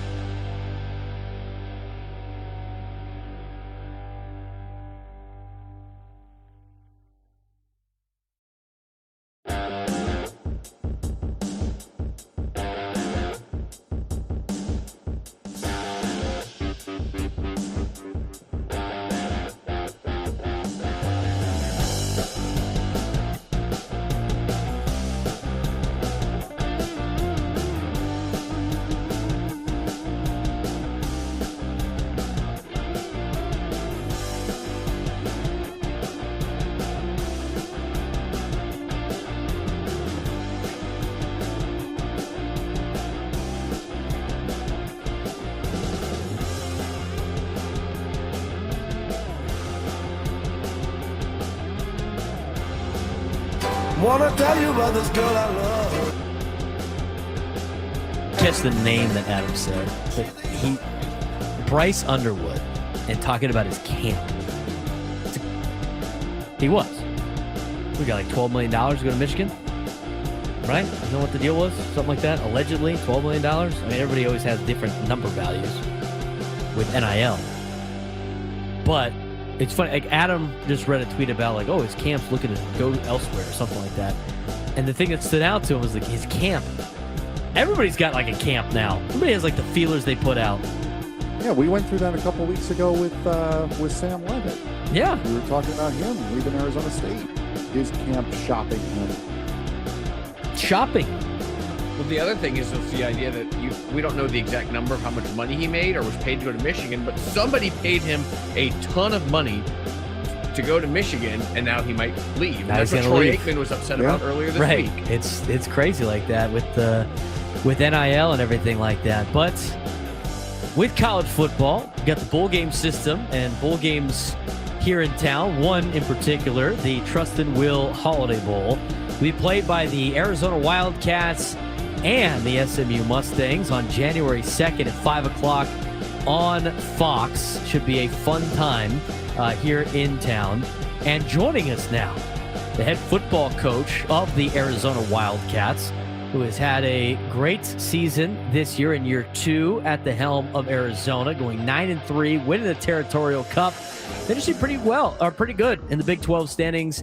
They get a reward of coming to the Holiday Bowl. His name is Brent Brennan. He joins me on the Braden Surprenant Show. Coach Brennan, how you doing? Welcome to the Braden Surprenant Show. How's your Thursday going? It's going great. Good to be on. Thanks for having me.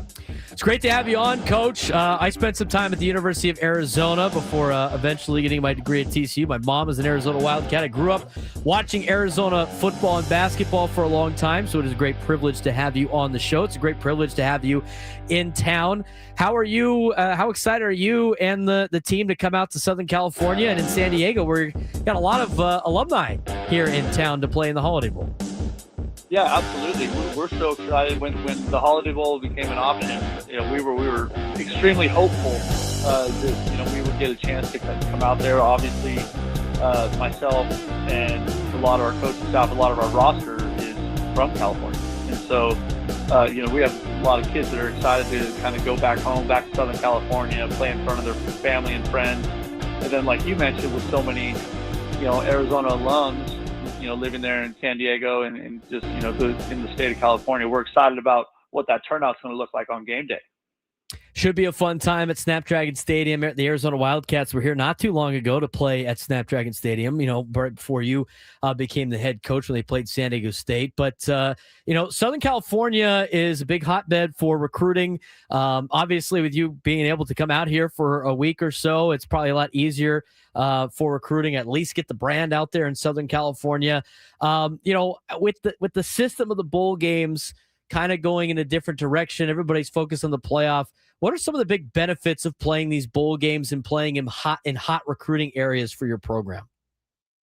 Well, I think the whole bowl experience is awesome for your program and your fans and your university. Like you mentioned, just getting the brand out there and flying the colors. Also, for our team, it's also a lot of extra practice, right? So you kind of essentially get some version of an extra spring practice, and it's a really great opportunity to kind of work on the development of some of your young players. And so, I think it's really beneficial. It's also great for these young men for a lot of them, there's lots of guys on our team that also haven't been to San Diego. So they get to experience another part of the country. They get to experience another, all the culture there and just like how diverse the population is. I think it's going to be really, really cool. You're coming out of the Big 12. It's the second season in the Big 12 for the Arizona Wildcats, making that transition from the Pac-12. What's the experience been like for you coaching in the Big 12? What's the league like? And how do you think the league has represented so far this year in college football? The league is really tough, man. It is it's an extremely deep conference. The Big 12 is, and it's one of those leagues where every week you show up, you better bring it, or you're going to get your ass kicked. And it is a really, really well coached league with a lot of talent. So it's been every week is a battle. Every week is a battle, but it's been a lot of fun too. I love how our team has responded this season in our second year in the league, and just found ways to close out games and finish games. And so it's been a special group of kids working their tails off and then having a great season, on the backside of that. We're talking with head coach Brent Brennan, who joins us on the Braden Surprenant show. He coaches the Arizona Wildcats. They'll be in town for the Holiday Bowl, the Trust and Will Holiday Bowl. They'll be taking on SMU on January 2nd on Fox. It's going to be a Friday night game here in town, a little bit of a later start or later in the year than we're usually used to in the Holiday Bowl. But, a lot of local ties as well. We got a couple of players on your team that are from San Diego. Of course, Chuck Cecil, big Helix Highlander, part of your staff as well, longtime Arizona Wildcat. It's going to be nice for a lot of those guys to have a homecoming, as we mentioned, but to mention other Southern California athletes, it's been a big place for your guys' success, especially with your quarterback, Noah Fafita, coming out of Servite. Yeah, absolutely. You mentioned Chuck. Obviously, Coach Cecil is a legend, and everybody that has any connection to the University of Arizona always wants to meet Chuck Cecil. Like he's he's like walking into an event with Michael Jackson. Like the crowd just goes crazy, and it's awesome. But Brandon Sanders on the staff too, and he's another Helix High guy. Was a great player here. And then you mentioned Noah Fafita, just a great young man. Obviously was a great player at Servite High School there in Orange County, and just has been brilliant for us. First team all conference quarterback this year, and which is exciting for us because we haven't had a first team all conference quarterback in a long time. And he just gets better. The more he plays, the better he gets. And he really is just this awesome leader and really high level person for our program. You're not familiar with the Holiday Bowl. It's not your first time coming out to San Diego for the Holiday Bowl. I know you spent some time, obviously, coaching throughout the Mountain West. Got to become as an opponent multiple times in San Diego State. But you were a grad assistant at the Holiday Bowl back in 1998. You got any fun stories about being at the Holiday Bowl earlier in your career? Yeah, I was actually there twice. I was there as a graduate assistant with Washington, and then my brother played in the game for Arizona. They played Nebraska in an awesome football game there, and I think that was the '98 one. So I got to be a fan, and that was in the old. I think it was the Murph then. I don't even think it was Qualcomm yet, but maybe it was. But anyways, I have coached in a couple games at Snapdragon. It's a great facility, beautiful stadium. They did a great job with it. So we're excited to get down there, and we know that, the Arizona faithful are going to pack that thing. You got SMU in this game. SMU has played a couple of Big 12 schools this season, in Baylor and TCU. They lost both of those games. What does SMU present? I mean, obviously they had a nice little turnaround in ACC play. What are you expecting to get out of the Mustangs as your opponent coming up on January 2nd? Well, I think it's cool. I think the people of San Diego got a great matchup for a bowl game coming out there. And if the ticket sales are any indication, the first day ticket sales were the biggest or the largest in 10 years. So I think people are really excited about this matchup. Obviously, both of our schools travel really well. Football is important at both places. And, SMU a year ago was a playoff team. And so their head coach is really, really good. And they've got talent, and they play hard. They play fast. They're explosive on offense. They got some huge dudes on their defensive line. So this is a big time opponent for us, man. Good news is we got we've got a few weeks of practice here to put together a plan and something hopefully that gives us a chance to go out there and play our best football this season. You obviously had a lot of ties to Arizona before you became the head coach, starting your coaching career under Dick Tomey. You had family ties, as you mentioned, your brother playing at University of Arizona. You're now trying to put your own stamp for the family and friends at the University of Arizona. As you prepare for the bowl game coming up on January 2nd, what does this season represent in terms of the long-term foundation you're building out there in Tucson? Well, I think it's been a great thing for us. I think coming into the season, people didn't expect much of this team, but the players and our coaching staff, we really believe that we could do something special. And we feel great about, the couple of games we lost to BYU in double overtime. We lost on a last second field goal on the road at Houston. Both of those were good football teams this year in college football. And so we really feel like we've built a really good foundation. I've got a great coaching staff, great coordinators. That part of it has been really good. Our athletics director, Desiree Reed-Francois, has been great. And so we have really good alignment here. And so I think this is one of those deals where we want to build on the momentum of this season. We just had a really good recruiting class, actually the second highest ranked recruiting class we've ever had at Arizona. So there's a ton of momentum with this program. And we're just going to keep building and keep moving the right direction, I think, with this thing.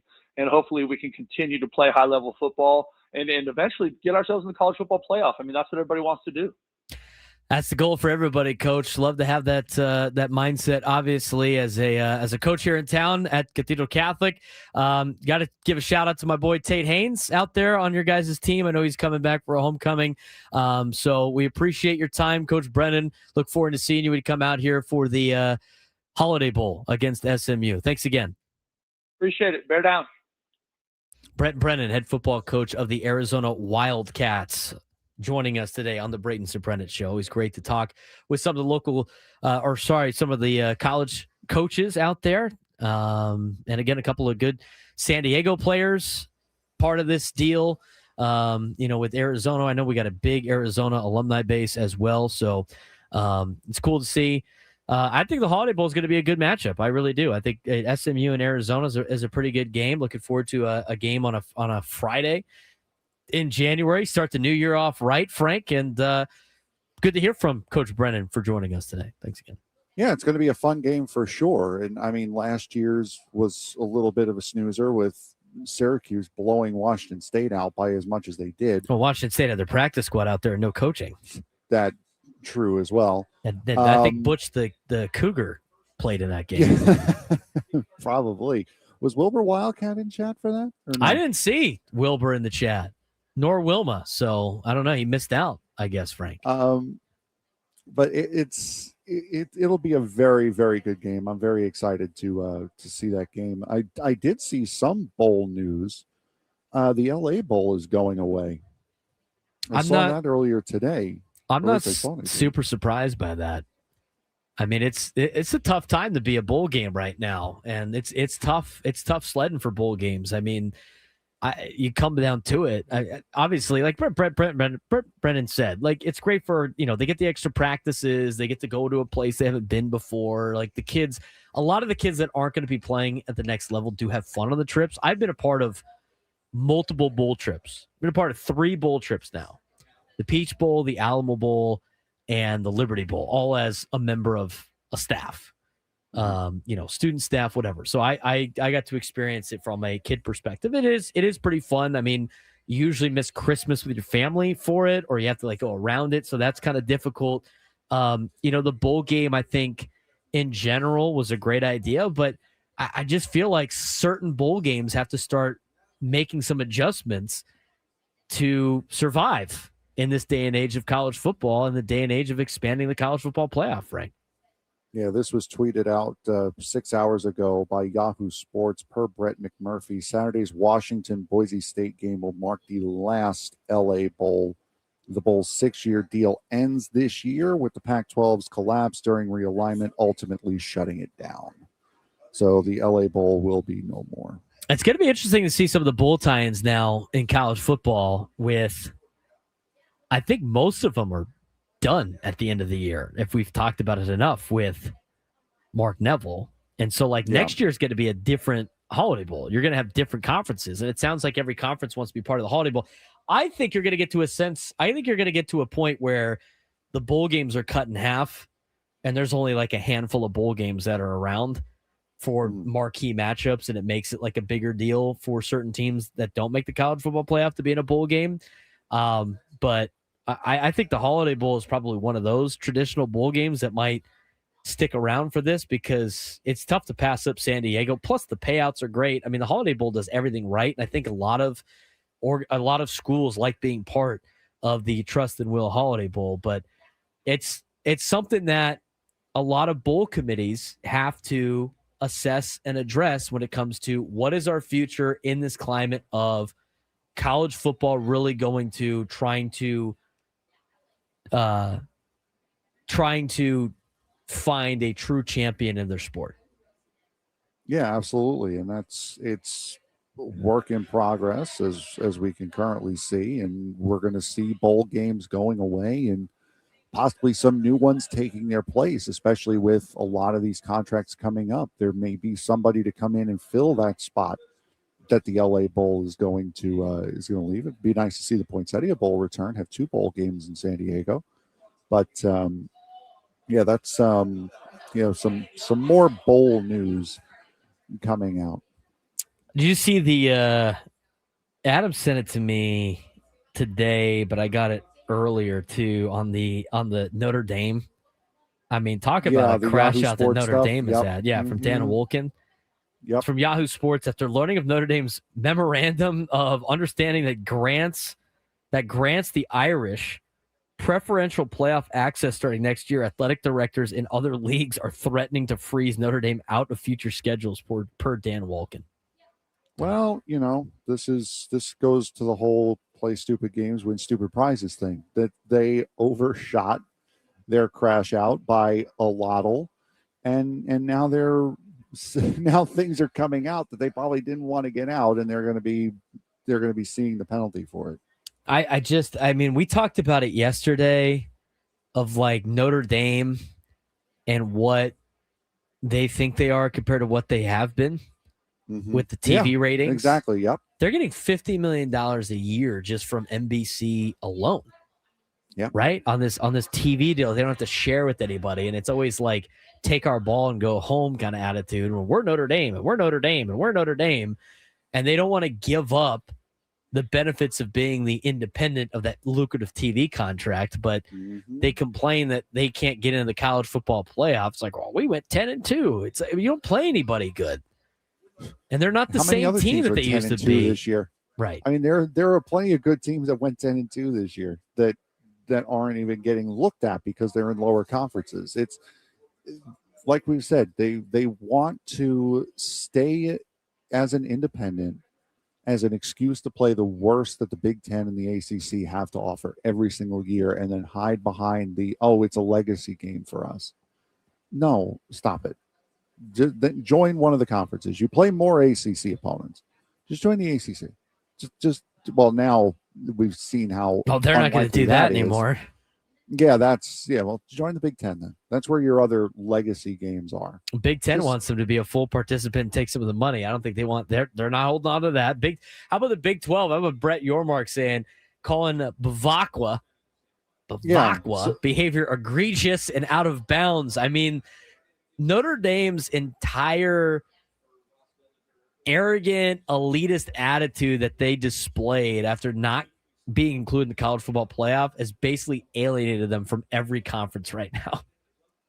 There is one conference that, because we know they'll never join the SEC. They're too afraid to play anyone good. Pac-12. Oh yeah, there you go. That's the one conference the Power Act not 12. Alienated. Yes, exactly. Power Act 12. Notre Dame, get on it. A lot of ESPN personalities were turning on Notre Dame, too. Did you see what Stephen A. Smith said? He called Bavacqua is becoming, quote, more embarrassing by the day. It needs to zip it. Mike Greenberg, who was once a defender of Notre Dame, and Bavacqua bailed after Bavacqua claimed Notre Dame had, quote, one of the most dominant 10-game runs in the history of college football. Sake, dude, really? That was the funniest quote that I got out of any college football, out of any of the Notre Dame nonsense. The funniest thing that I got was, this is the best 10-game run out of anybody in college football. In the history of college football, the best 10-game run by beating Purdue, Arkansas, Boise State, NC State, USC, Boston College, Navy, Pitt, Syracuse, and Stanford. Nobody has gone on a 10-game run like Notre Dame in the history of college football. You know what? I will give you that if you give me the fact that I went on the best 10-block run in Salt Lake City airport history. Like that was, I was moving. And we got to try to put in a request for the security cameras of you booking it into the airport from one side to the other. Adam, can you please make time go faster so I can hoof it back to the hotel so I can go to bed because I'm really like it is this last hour is like everything. I haven't slept since like 5 o'clock yesterday morning. I haven't eaten since 2 o'clock yesterday afternoon. I'm Go get a crab cake, dude. Go get a crab cake at the new bar. It's called Alonzo's. I think you just walked by behind you too. Go check out all the new billboards. He's already doing advertisements in Baltimore. So much. Hey, Birdland. He's Frank Marchese. I'm Braden Surprenant. Gwen and Chris coming up next. We're going to have our Radio Row show from the Army Navy game tomorrow. Look forward to that. A lot of great guests joining us. We'll talk with you tomorrow on the show.